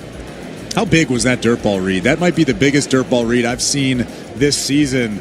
He followed the path of that baseball, saw that it was going to be spiked in front of home plate. As soon as he saw that, he took off even before that ball hit Will Smith. So you, in effect, get the bunt anyway without giving up and out. Barger on second, 2-2 count. IKF looking to go to the right side here. The pitch bounced off the left hip of Smith, but it rolls toward third. So Barger can't go second to third on that one. It's a full count. And this plate appearance where IKF was trying to give himself up has turned into one where Snell's got to get in the zone. I bet if IKF can get to first base, we'll see Andres Jimenez bunt. I would imagine. Yeah, because then you got the top of the order coming up, so almost even more reason to do it. Meanwhile, Edgardo Enriquez gets loose in the Dodger pen in left field. Kick in the payoff pitch. Hooked on the ground towards short, backhanded Betts. Sidearm throw to first in time. Really nice play by Mookie Betts. Barger had to remain at second because it was hit to the left side. There's one out. IKF still did the job. He worked that at bat. He forced Blake Snell to throw curveballs in the dirt. He was a really tough out. And then Addison Barger, of course, with the great dirt ball read. He gets to second base still with one out in this inning. Now we'll see if Andres Gimenez can come up clutch again. 3-1 Blue Jays. Runner on second, one out, top of the seventh inning. Left on left battle here. Snell looks to second, kicks and deals. Swing and a miss on the first pitch, 0-1. We bounce very quickly to the St. Louis Bar and Grill out-of-town scoreboard. 6-2, the Columbus Blue Jackets lead the Toronto Maple Leafs. Dying stages of that game in Columbus. 0-1 upstairs. All of our out-of-town scores are brought to you by the folks at St. Louis Bar and Grill. Again, 6-2 Blue Jackets over the Leafs. 3 minutes to go. Only NHL game of the night. Here in L.A., Game 5 of the World Series. 1-1 count, one out, and Barger on second. Snell rocks and deals. Check swing on a pitch down and away. No appeal. It's 2-1. Snell has run the pitch count up to 106. Yeah, this might be his last batter with Davis Schneider standing on deck, a right-handed hitter. He threw 100 pitches in his last game. And that's 103 straight games now for Blake Snell, through 103 in the NLCS. 2-1. Swing and a miss, 2-2. Still got the good slider, even at this later stage of his start. And Andres Gimenez asks for time, looking out into the night sky, thinking about what he wants to do here in a 2-2 count. Snell has only thrown more pitches than this once this year.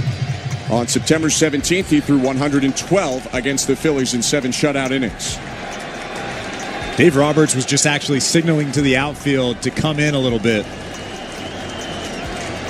2-2 to Gimenez. Bouncer headed toward first, hooks foul. Freeman was over to field it, but on the wrong side of the chalk, so he'll toss it away to the attendant down the right field line. Still 2-2, and we'll see pitch 109 from Blake Snell. And there's a couple of reasons why Dave Roberts wants the infield to come in. Number one, there's 2 strikes, so Andres Gimenez is cutting down the swing. You want to cut off that bloop base hit, but also you want to give yourself a chance to throw that guy out at home if it's a single. It's Barger on second, one out. Another 2-2 from Snell. Pitch outside, snap throw back to second, bounced. And back in time was Addison Barger with a head first dive. Yank of the four-seamer, and Smith went for the rare catcher back pick to second base. Barger got in there easily, and Betts had to become a wall there on that skipped throw. That wasn't a good throw. That was a bounce maybe 10 feet in front of second base. Mookie Betts with a fantastic play, keeping Barger at second. Snell set. Next pitch is 110. Here it is. Up and in, ball 4. Missed with a curveball. Gimenez flips the bat and heads down to first with a walk. Andres Gimenez actually wasn't sure if that was going to be called a strike or not. He was looking at the umpire, backing towards first base, and then realized it was a ball, flipped the bat behind him, and he took off to first base. It's funny, though, because it wasn't that close, but given past events, maybe just wanted to be extra sure about what is a walk and what is not. So Andres Gimenez on for the first time tonight. And we didn't know if Davis Schneider would get another chance to hit, but he will. Before he does, Mark Pryor, the Dodger pitching coach, the former great pitcher himself, out there talking to Snell.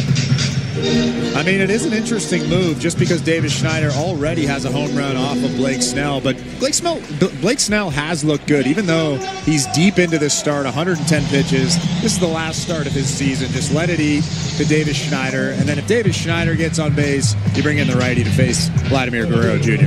Edgardo Enriquez is ready to go in the pen and left field if they need him. There is field pen. Sir Anthony Dominguez up for the Blue Jays. One out, top of the seventh. Gimenez on first and Barger on second. Snell with pitch 111 of his night deals home to Davis Schneider. Called strike. Buckled Schneider with a change, 0-1. Mustache-wearing left fielder not only has that home run, but he's been on twice. He walked in the fifth. He also struck out in the third. 0-1. Top of the zone strike. Another changeup Again, Schneider buckled, and he had a bit of a frustrated look over to the side. You would assume at himself, not the call, clearly in the zone. That was a floating change over the middle. It's 0-2.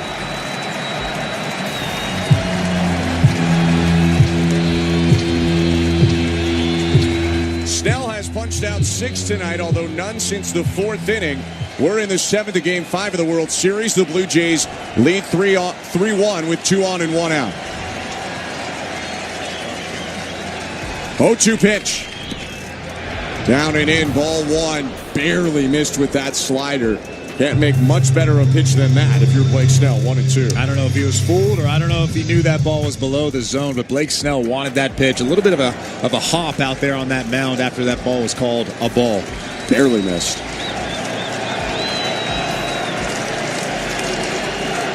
The 1-2.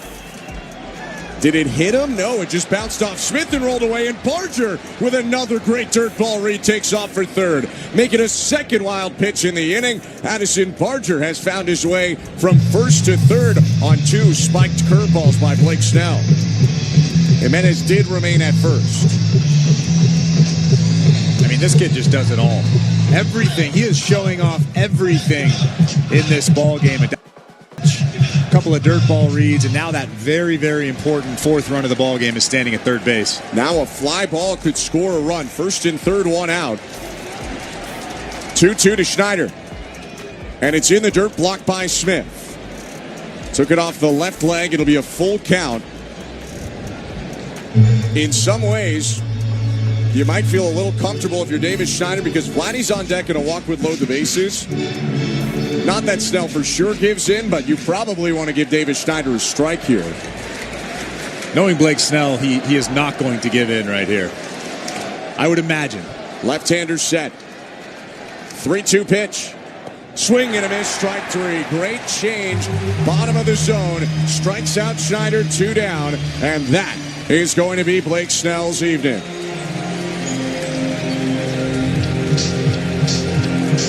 He gave up the back-to-back homers to begin the game after the first 3 pitches. Pretty much dominated. Big credit to Blake Snell, who leaves with the Dodgers still in this one. It's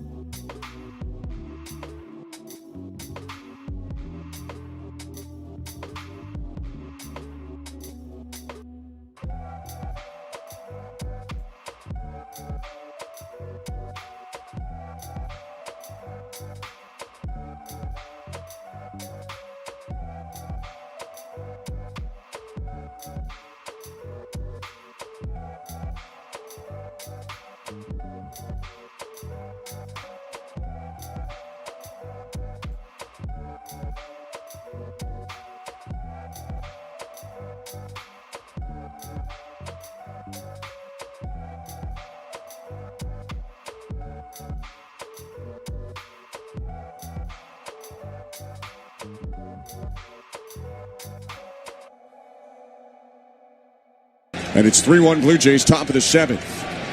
Vladdy trying to cash in Barger.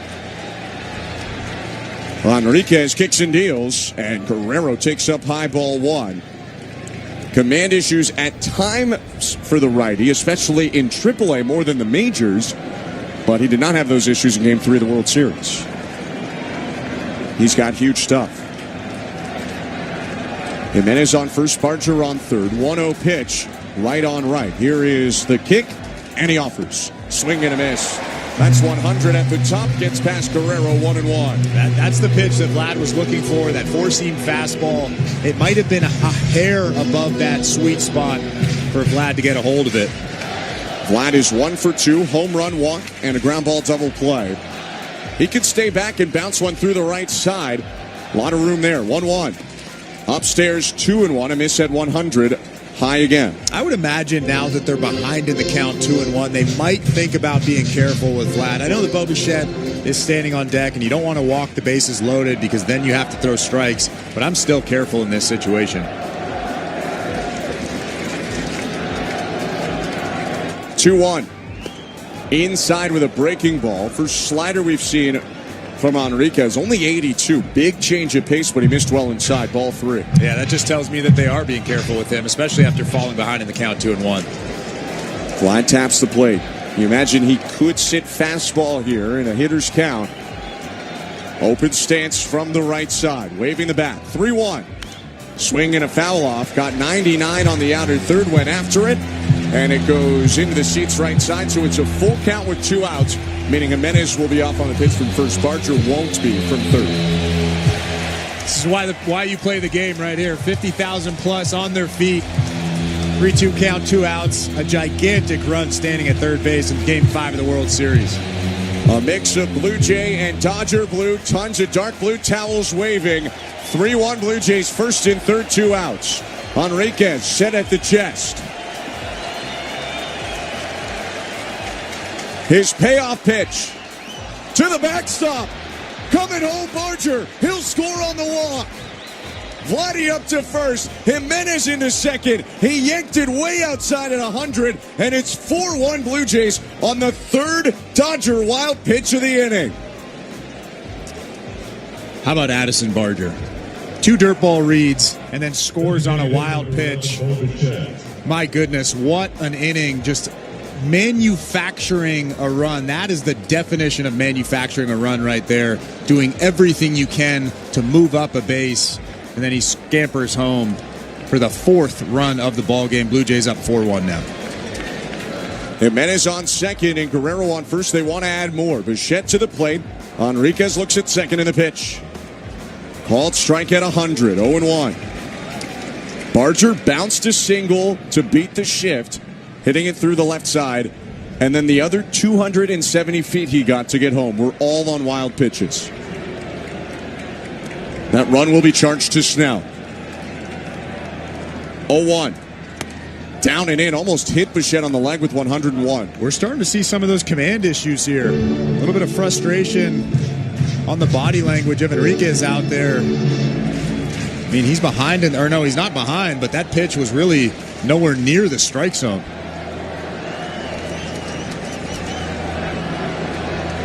1-1.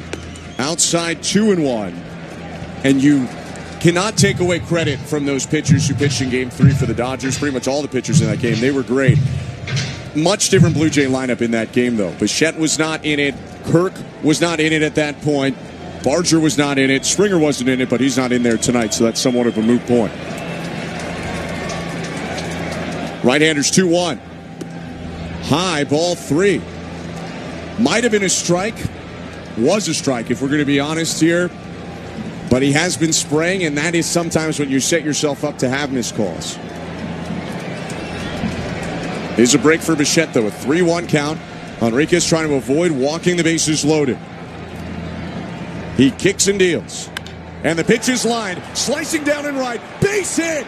Coming around third, Jimenez. Vladdy going first to third. Jimenez in to score. Vladdy slides into third. RBI single, Bo Bichette. It's the Blue Jays 5, the Dodgers 1 in the top of the 7th. Well, we've been talking about this over the last couple of games. Bo Bichette is starting to look like himself. That right there is Bo Bichette taking a tough pitch on the outside part of the plate and absolutely smoking it on a line out to right field. When he's at his best, he's not pulling the ball, he's going the other way with authority. What a base hit right there. Bichette continues to come up big despite not being at full health, and maybe even more importantly, did not see real live pitching for over a month. Sure, he saw Blue Jays reserve guys, but not in a game situation, and that's the second game in a row he's driven in a huge run. It's 5-1 Blue Jays. Mark Pryor was just out to talk to his pitcher, Edgardo Enriquez, who resets now with runners on first and third again and 2 outs. Same situation that he came into. How important has Bo Bichette been over the last couple of games now that George Springer is not in this lineup? It's almost like he has needed to come through for this team. And he has. 5-1 Blue Jays. 2 outs first and third. Enriquez to Alejandro Kirk. Breaking ball. Oh, that's a strike again, but it's called a ball 1-0. It was consistent with the last call, but a bit of a tough break for the right-hander.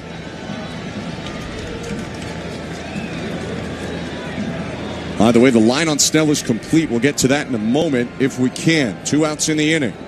And a 1-0 to Kirk. In the dirt, blocked by Smith. Better than his line by a mile, frankly. Blake Snell ends with 6 2/3, 6 hits, 5 earned runs, 4 walks, and 7 Ks. They've scored 10 earned runs on Snell in 2 starts against him in the World Series. Remarkable against the 2-time Cy Young Award winner. 2-0 to Kirk.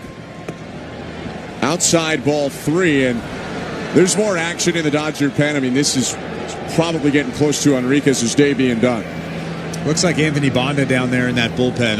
I'm assuming that he's going to be in this ball game if he has to face Dalton Varsho. Varsho is on deck, a left-handed hitter.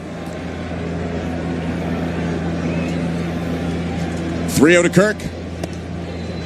High and outside, ball 4. Alejandro Kirk takes a 4-pitch walk, and the bases are loaded as the Boo Birds come out at Dodger Stadium. The Blue Jays have 3 straight 2-out base runners, and for the second time this inning, Dave Roberts makes a pitching change. It's brought to you by Home Hardware, the official home improvement retailer for the Toronto Blue Jays. Locally owned, genuinely Canadian. 5-1 Blue Jays. Bases loaded, 2 outs in the top of the 7th. Varsho hits against Bonda when we come back. Let's go over to baseball control with today's host, Joe Ali. Thanks, Ben. Let's continue.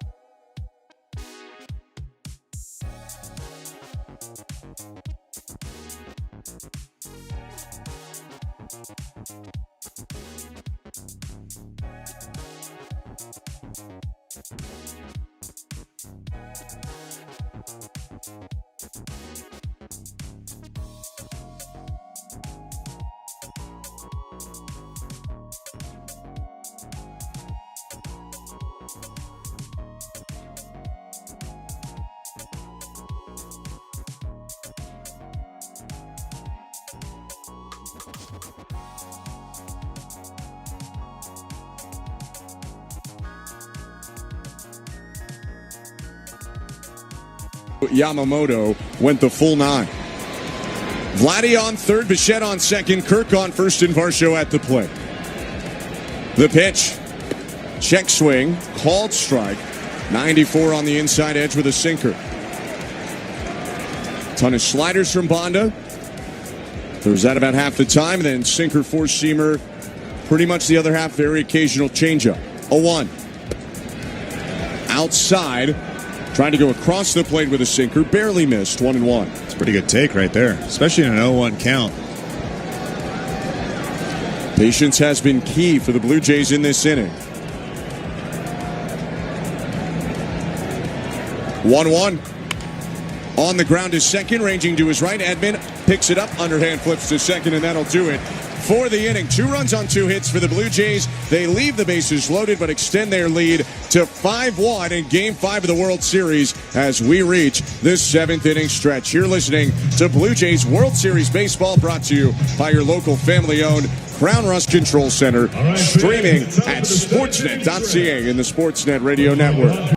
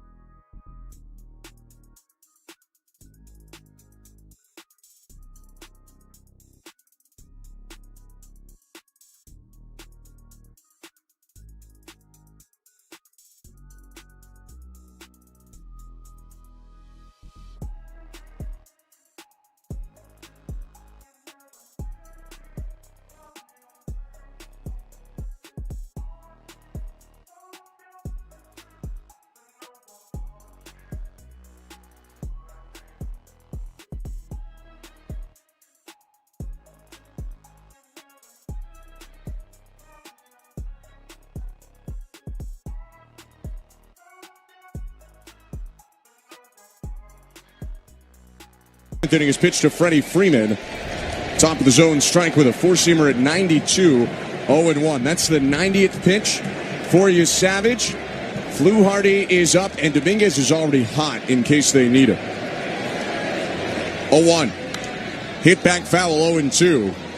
And at the same time, Savage has not allowed a base runner since the 4th. That was an infield hit. Only hit to the outfield he's allowed all game was the Kike homer in the 3rd. He's 0-2. Upstairs. We've seen a dip a little bit in that fastball velocity, 92, 93 so far in this inning, 94, 95 earlier on in the ballgame. So you have to wonder if there's a little bit of fatigue. 1-2 pitch. Swing and a miss, strike 3. A dozen Ks for you, Savage. 1 out in the bottom of the 7th. I mean, it just keeps getting better and better Just so much movement on that split finger. It looked like a fastball right down the middle and then missed the barrel. Alejandro Kirk holding on to that baseball. I think it was a foul tip, but what a performance so far from Trey Savage. Pitch to Teoscar Hernandez is high and outside, ball one, with one out and the bases empty. Per the great Sarah Langs, Trey Savage is the first rookie in postseason history with multiple 10 strikeout games. He's got 12 today and the 1-0. Called strike. And Chris, it's implied that you're going to face good offenses in the playoffs. Obviously, it's the playoffs. But it's not like he drew a middle-of-the-pack team for those 10 strikeout games. Here's his 1-1, and it's hit foul to the right out of play 1 and 2. He had 11 strikeouts against baseball's highest scoring offense, the New York Yankees, this year. He has 12 against baseball's second highest scoring offense, the Los Angeles Dodgers, in their yard. 1-2 to Hernandez. Bounced toward third, swinging bunt. Charging Clement, bare hands, he's got no play. Savage waved his hand at it in disgust as Hernandez hits his way on with his second infield hit of the game. I don't know how he got the bat on that pitch. It was way outside. Credit to Teoscar, who is 2 for 3 without putting a ball in the outfield yet. And that's why those 2 runs in the top of the 7th inning are so important for the Blue Jays. That changes the way Trey Savage is going to attack Tommy Edman and potentially Max Muncy behind him. He knows that these guys aren't the tying run, so you want to throw strikes, you want to pound that strike zone. First pitch to Edman is in the strike zone right at the top of the slider, 0-1. There's still double barrel action in the Blue Jay pen in right field. Fluharty and Dominguez, although Dominguez just walked off the back of the bullpen rubber. He's been thrown a while. 0-1. Swing and a miss. Got him to whiff at a slider low, 0-2. It's so interesting. Even late into this outing for Trey Savage, he doesn't look anything like he did in Game 1 of this World Series. Everything is on. We knew before he was called up that this is what he could be. Who knew that he would be doing it in Game 5 of the World Series? And he's thrown 99 pitches, a major league career high, 0-2. Down and away. 1 ball and 2 strikes. Previous high at the big league level, 94 pitches in a late season start against the Tampa Bay Rays, the second time he saw the Rays. So he's crossed the 100 plateau for the first time at the big league level, at the professional level overall. Kick in the 1-2. In the dirt, 2 balls, 2 strikes. Actually wasn't a bad pitch. Good take from Tommy Edman. You could see him following that split finger in all the way, bending at the knees, and it bounced just behind home plate. The velocity's dipped, the execution has not. For Trey Savage, looking for a ground ball with 1 out and Hernandez on first. 2-2. High ball 3. That time the slider slipped on him, full count. This is where you challenge Tommy Edman. You don't want to mess around here. And it could be Savage's life in this game on the line. If he walks a guy like Edman, puts 2 on for Muncy, Blue Jays could make a change. 3-2 pitch. Grounded foul. Slider got arm side movement and ran inside. Edman beat it away to stay alive. That was pitch 103 for the 22-year-old.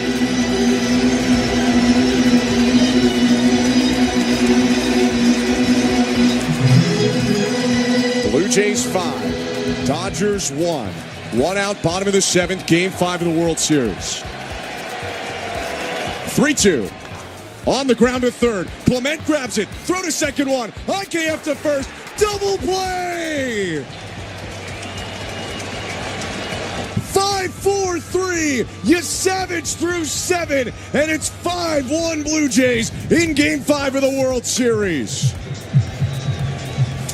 You're listening to Blue Jays World Series Baseball, brought to you by your local family-owned Crown Rust Control Center, streaming on the Sportsnet app and the Sportsnet Radio Network.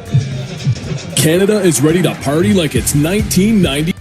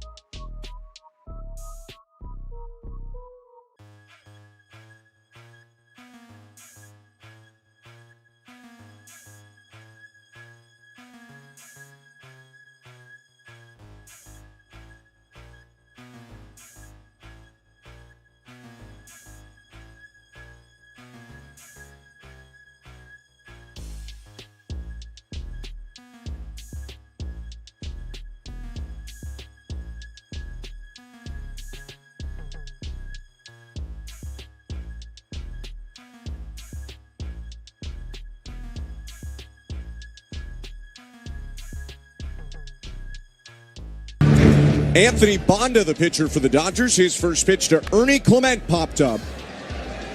Foul out of play, 0-1.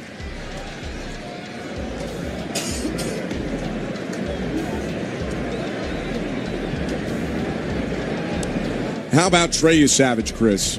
7 innings, 1-run ball, got a 5-4-3 double play to end that 7th. Looks like his night is done. Threw over 100 pitches, and now Clement hits it foul third base side on the ground, 0-2. First time in his pro career that he throws over 100 pitches in a single start, and he did it in the World Series, and he did it incredibly well. And that's why Vladdy gave him a big hug at the end of the dugout after the inning. Well, he let out a huge scream after the Blue Jays turned that double play and went in and hugged. I'm pretty sure every single guy in that dugout. 0-2 pitch fouled back, still 0-2. And who would have thought? This has been a 6-7 year build for the Blue Jays. Bichette Guerrero, Kirk around it most of the time, especially Bichette Guerrero. Who would have thought the guy they drafted? 0-2. Line, base hit, Ernie Clement. Bounces it right off the A in the LA logo in center, and Clement is on again. The hit machine has his first hit of the game. I mean, who would have thought Trey Savage would be a part of this? Who would have thought Ernie Clement would be as good as he has been for the Toronto Blue Jays? Nathan Lucas, Addison Barger, Davis Schneider with a home run in this ballgame. The list goes on and on and on. Mason Fluharty has thrown some big pitches in this World Series. It's just been really, really cool. Addison Barger up. Anthony Bonda punched over, looking in. Left on left pitch. Called strike. Also, who would have thought Max Scherzer would have been a part of this? I mean, go down the list. Would you predict at the beginning of this year IKF would have come back? No. He has the hit before the Springer home run in the CS. Just what a crazy year this has been so far. A lot more outs to get in this game, though. 5-1 Blue Jays, and the 0-1 is called a strike against Barger. It's 0-2 in the top of the 8th inning with Clement on first base. Barger has faced lefties all day. He's 2 for 2 with a walk.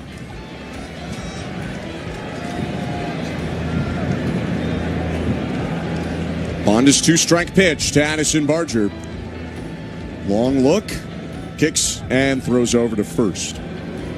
It does look like down there in that Blue Jays bullpen that Mason Fluharty has sat down, and Sir Anthony Dominguez will be coming into this ball game in the bottom of the 8th inning. I think that's the right choice. And Fluharty, too, has gone back-to-back days. 0-2. In the dirt, off the glove of Smith. There goes Clement for second. Another wild pitch. Bonda in a crouch in frustration. 4 for Dodgers pitching in the 7th and 8th innings combined. Ernie Clement in scoring position. So you had mentioned in that 18-inning ball game that Will Smith grades out as a below-average blocker. Yeah, not bottom, but below average. And he was very, very good in that game. Saved a lot of runs and saved a lot of extra bases. 1-2 to Barger.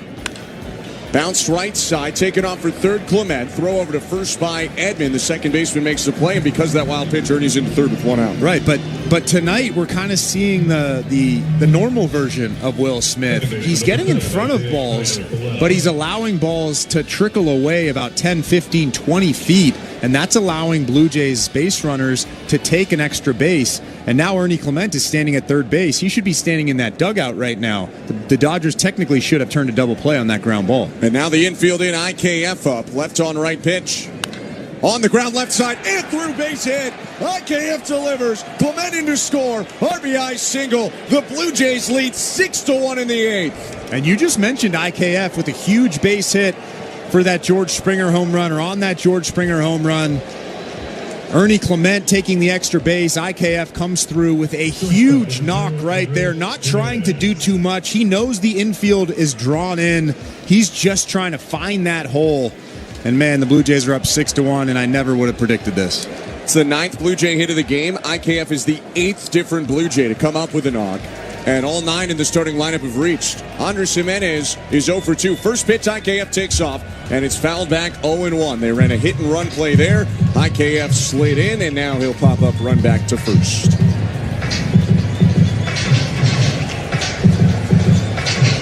A couple of Let's Go Blue Jays chants scattered scattered around Dodger Stadium.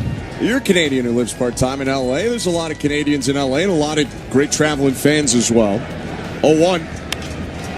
Hit in the air, shallow left field, racing forward, call. They're in time to retire Jimenez.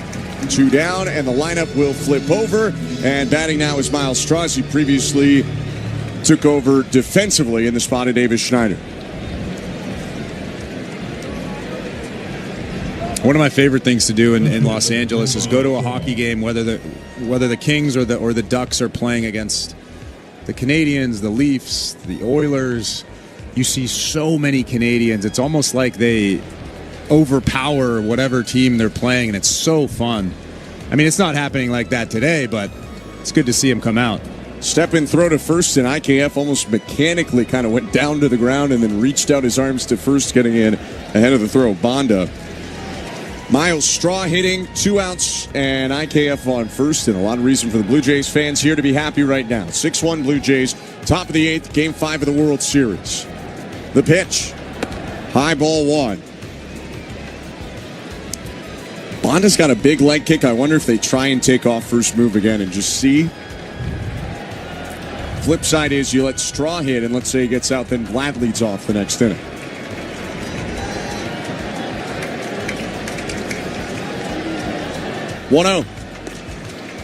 Outside 2-0. The interesting thing about IKF standing at first base is he had 15 stolen bases with the Pirates, and he didn't have any with the Toronto Blue Jays. And I know he didn't have a ton of success with the Toronto Blue Jays. Obviously, you have to get on base to steal bags. But he's got some speed, and he knows how to steal bases. 2-0 pitch. High and outside ball 3. Straw hasn't had to move a muscle. Worked to 3-0 count.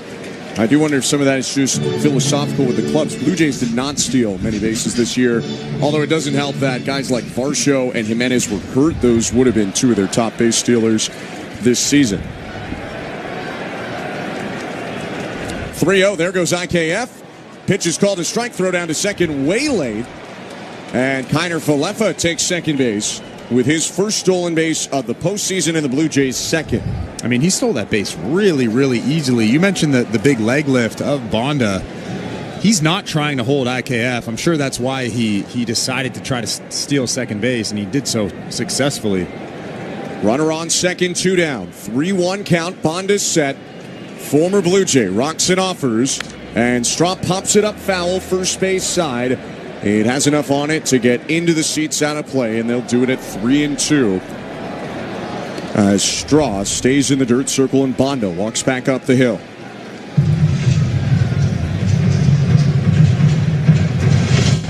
Third base coach Carlos Fablis is down the line a little bit. Closer to home plate, getting an angle to the outfield so he can see IKF and make a determination on where the ball is if he needs to wave him home. Payoff pitch to Straw. Popped up, right side of the infield. Freeman standing still, angles right, makes the grab, and ends the inning. The Blue Jays do get one on 2 hits. IKF rolls a single through the left side. They leave one on base, and it's 6-1 Blue Jays going to the bottom of the 8th. Game 5 of the World Series. You're listening to Blue Jays World Series Baseball, brought to you by your local family.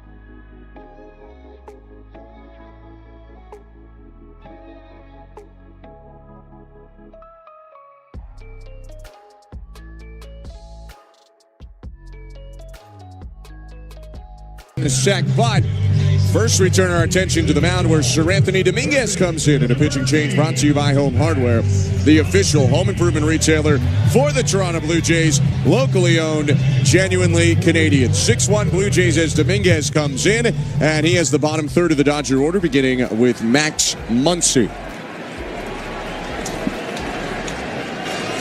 Bearded right-hander Dominguez deals home. First pitch, called strike. 97 over the heart of the plate, 0-1. That's what you have to do in this situation. You're up by 5 runs. You're not worried about Max Muncy hitting a home run. You just want to throw strikes. Kick in the 0-1. Check swing. Called strike again. Dropped his splitter into the bottom. Muncy didn't look too pleased at the call, 0-2. Turn back to the home plate ump. Tilted his head way to the side. Rex Speck wearing left-handed hitter. Resting the bat on his left shoulder. 2-strike pitch. On the ground right side, backhanded on the run Guerrero, underhand flip to the covering Dominguez in time, and an accurate long distance underhand flip from Vladdy. Nice play by Dominguez too. 1 out. It is very, very difficult as a first baseman. I probably wouldn't recommend that right there. Like you said, get that ball to first base and underhand it. I mean, you just got to throw a dart, a short-handed dart right to the chest of Sir Anthony Dominguez. Again, not recommended, but they got the out. That's literally the only thing that matters right here. First out for Dominguez after what was an incredible, historic start for Trey Savage. More on that in a sec. Kike Hernandez is up 1 out in the pitch. Hit foul, 0-1. Savage exits this game after 104 pitches, 71 of which were strikes. 7 innings, 3 hits, 1 earned run. A homer by Kike Hernandez, who's up right now. No walks, a hit batter, 12 strikeouts. 0-1 pitch. Swing and a miss, 0-2. Per Opta Stats, Trey Savage is the first pitcher ever in the World Series to strike out 12 without walking a batter. 0-2. Swing and a miss, strike 3. Dominguez picks up where Savage left off, 2 down. A lot of confidence out on that mound. Sir Anthony Dominguez has had command issues from time to time during the regular season, but he's had a lot of success in the postseason, and we're seeing more of that right here. His first strikeout got him on a sweeper. 2 down, Alex Call to the plate with the bases empty. 6-1 Blue Jay lead in the pitch. Outside, ball 1. Part of the reason he can pitch confidently, the Blue Jays tacked on 2 in the 7th and 1 more in the 8th inning. IKF knocked in their most recent run with a single. 1-0. Outside, 2-0.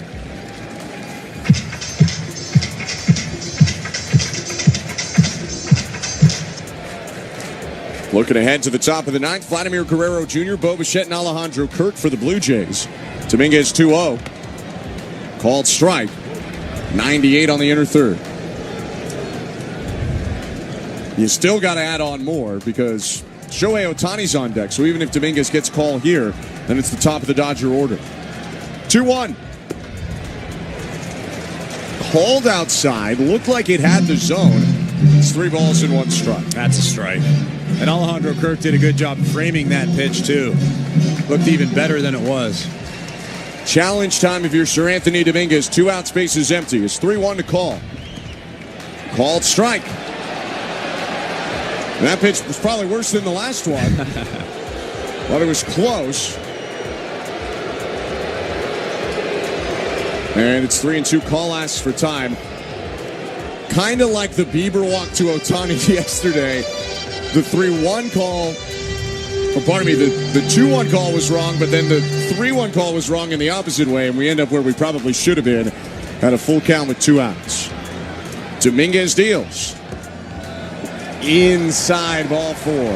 Walked him on a fastball, and Sir Anthony Dominguez has to face Shohei Ohtani, who homered off of him in Game 3. And now you have to get down to business here. You have to throw good pitches. You have to make good pitches. Pete Walker is coming out to have a chat with Sir Anthony Dominguez.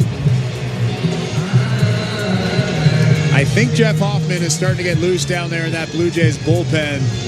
They're just going to go over the scouting report, figure out what they want to throw, how they want to attack Shohei Ohtani. Not many holes in the swing of Shohei Ohtani. He does have one hole, though, up and in at the hands. Anything hard up there will get him. Hoffman is throwing in the right field pen. Blake Trinan in the left field pen for the Dodgers. 6-1 Blue Jay lead. 1 on, 2 outs, bottom 8. Ohtani is 0 for his last 6. Although he reached 10 straight times before that, and the last time he came up, he hit a liner to right at 117 miles an hour. That was caught on a dive by Addison Barker. Number 17, Shohei Ohtani. But Ohtani 0 for 3 tonight against the Savage. Faces Dominguez here in the 8th. The pitch. Hit on the ground at first. Stabbed by Vladdy. He slaps the base with his right hand as he went down to the splits to snare it. And in one pitch, Ohtani is retired. On to the 9th we go. Blue Jays 6, Dodgers 1, Game 5. You're listening to Blue Jays World Series Baseball, brought to you by your local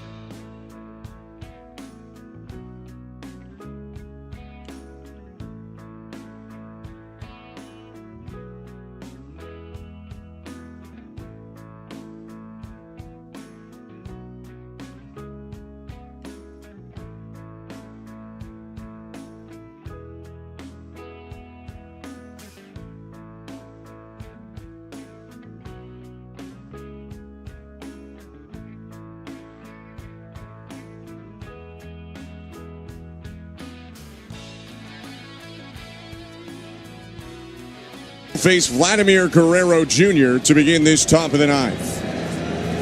Right-hander's pitch. Outside, ball 1.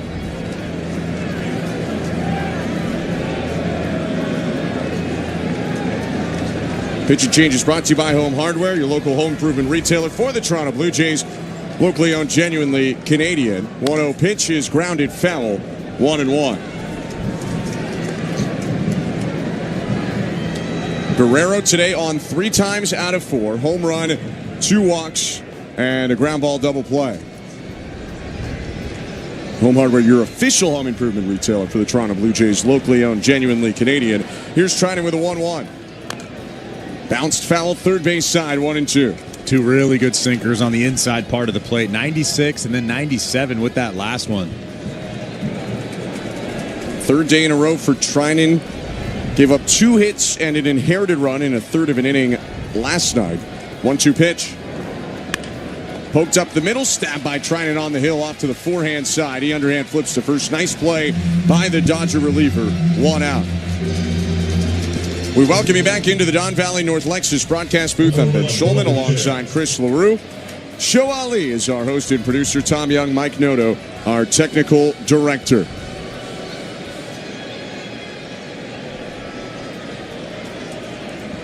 Bo Bichette hitting after an RBI single in the 7th. Trinan's pitch.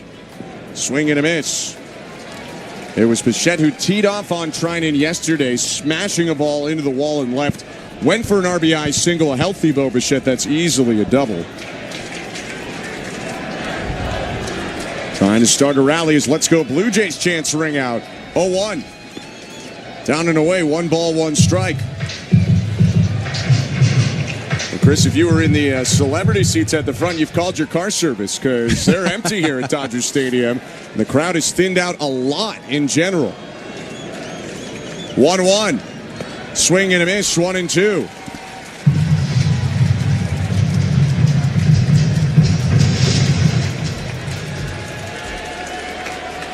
Bichette pinwheels the bat. 1 out, bases empty, 6-1, top of the 9th. 1-2 pitch. Grounded foul right side, past the feet of Mark Budzinski, the first base coach. It is tough to get out of here, though. It's not going to be easy now because half the people left already. It'll be a little bit easier, but easier for us. It is tough to get out of this stadium if you're driving. 1-2. Down and away, 2-2. Good at bat for Bo Bichette. That's good to see. Even late into this ball game, you're ahead by 5 runs. A lot of guys would shut it down, but not Bo Bichette. He's continuing to put together good at bats. 2-2 pitch. Fouled back. Second game in a row that Bichette plays the full 9. And we said it last time, we'll say it again. Obviously, they want George Springer in there. And Springer actually has a helmet on right now. But at least one side effect to not having Springer is Bichette can DH and play the whole game. 2-2.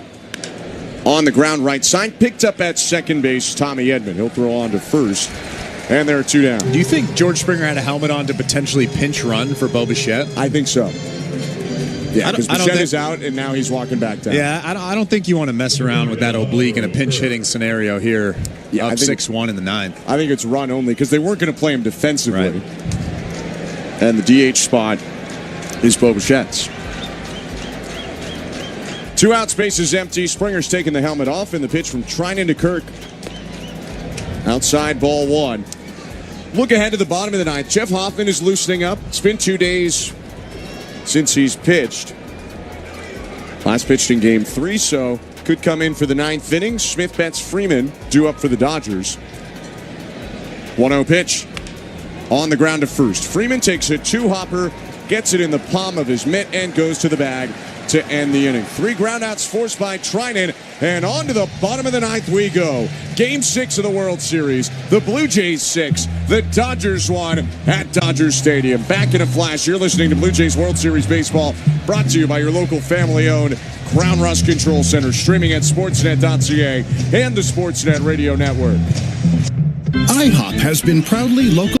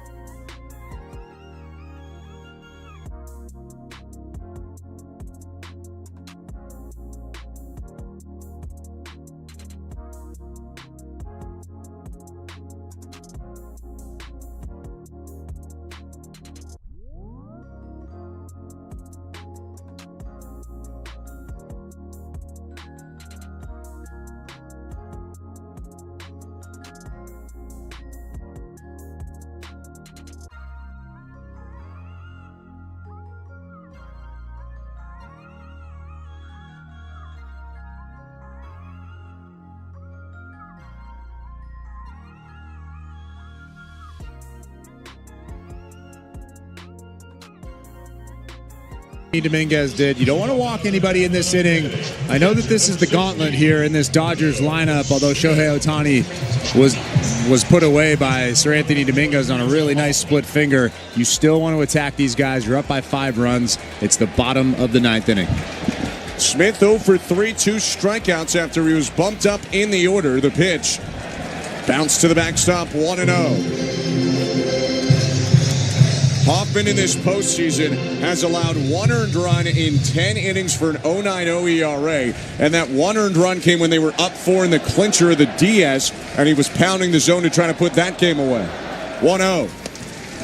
Called strike. He has been on just a different level in September and especially in October.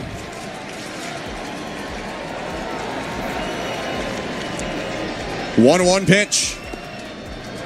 Inside with a slider, maybe a little high as well. 2-1. The thing that I love most about playoff Jeff Hoffman is he's getting on top of the slider and the split finger. Also, the confidence is on another level here. Right-handers 2-1 pitch. Smith grounds it foul to even the count at 2-2. Pulled a 4-seamer. That was 95 and in off the plate. 4-seam, 2-seam. Slider, splitter for Jeff Hoffman.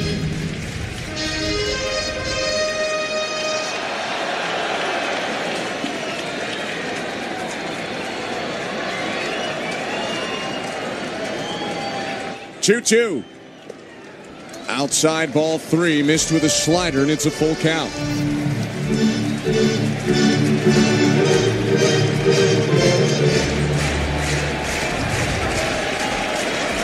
Hoffman set just below the belt. Payoff pitch to Will Smith. Hit on a line, down in left field, a base hit.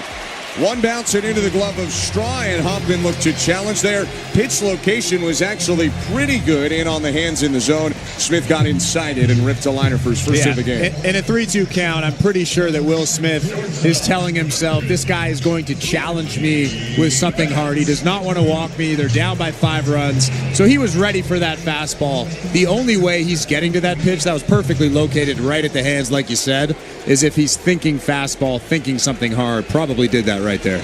So Smith leading off first. Mookie Betts at the plate. Nobody out. Hoffman kicks and fires. First pitch in there, strike 1. And it probably comes down to, when you look back at the Smith at that, getting into a better count now. And Hoffman starts well against Betts, getting ahead. Betts 0 for 3, 2 Ks and a ground out. 0-1. Outside at 96, just missed with a heater. 1 ball, 1 strike.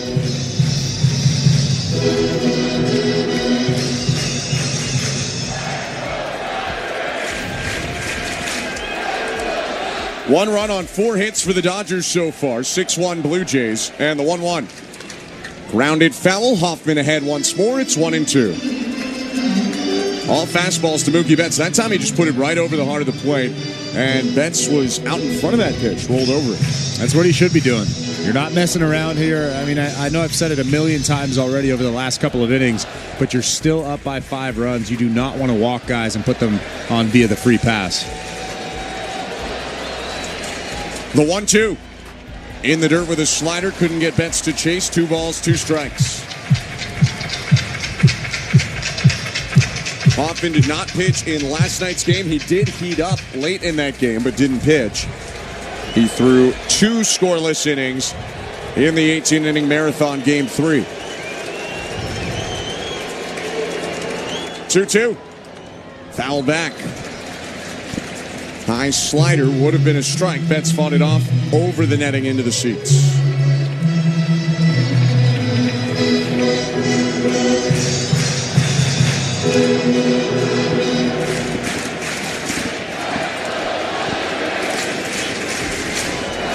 Sixth pitch, Hoffman to Mookie Betts.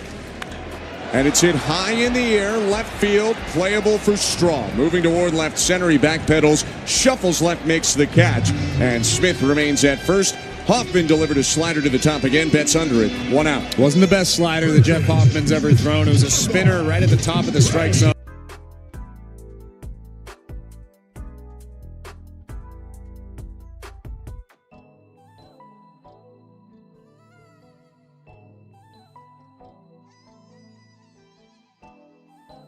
as long as you get the guy out.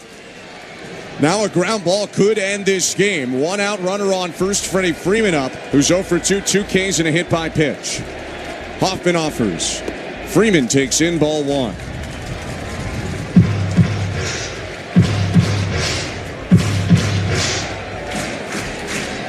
Blue Jays hit back-to-back homers to begin this game, and they have held the lead since, up 6-1 here in the 9th. 1-0. High and outside, 2-0.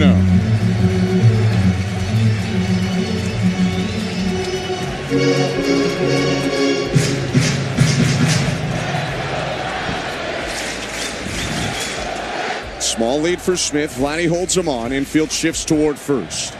2-0. Freeman pops it foul. A high pop-up into the top deck of seats off to the left of home plate. It's 2-1.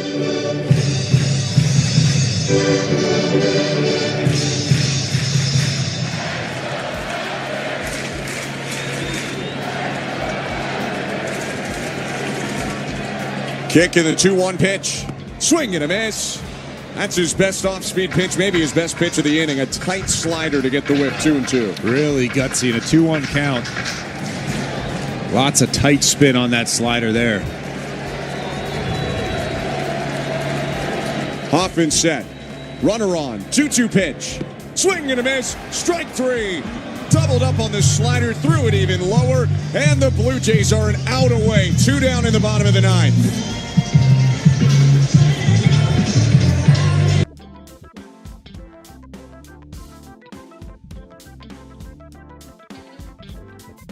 Little bit in the regular season, but he's really found that release point. That was a beautiful slider to get Freddie Freeman right there. Teoscar Hernandez, the former Blue Jays, the last hope for the Dodgers. The pitch. Called strike 0-1. Starts him with 95. Upper level of the zone. Teoscar did have 2 hits off Trey Savage tonight. 2 infield hits, but he is 2 for 3. Smith on first, 2 down. The 0-1. Called strike again, 0-2.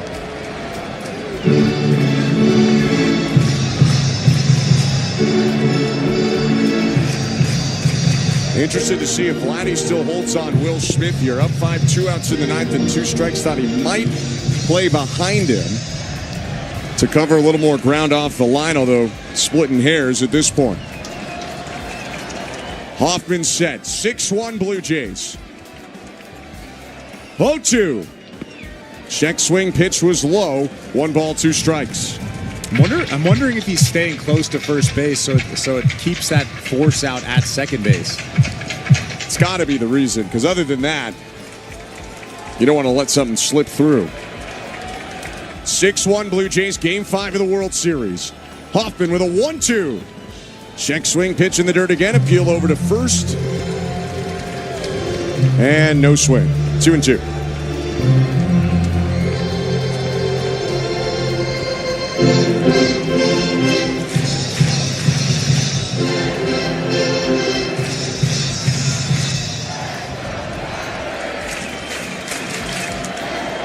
Hoffman turns his shoulders, looks at first, now sets.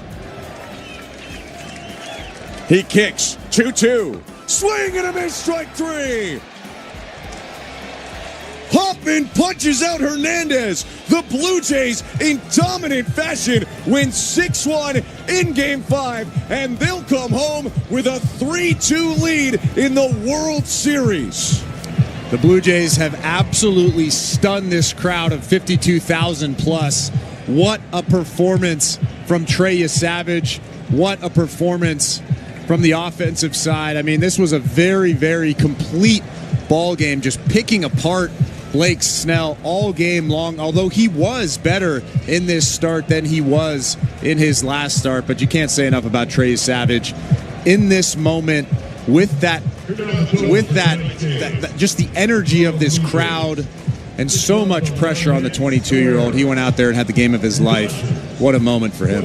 And we'll talk a little more about him coming up, so stick around with us. The Blue Jays win back-to-back games in LA by a combined score of 12-3 to take a series lead of 3-2 and give themselves 2 shots to win the World Series at home. But for now, we got to take a quick step aside. 6-1 the final score. We are going to wrap it up, come back, go through the totals and some of the biggest moments, and then send you over to Blue Jays Talk. Again, 6-1 Blue Jays at Dodgers Stadium. You're listening to Blue Jays.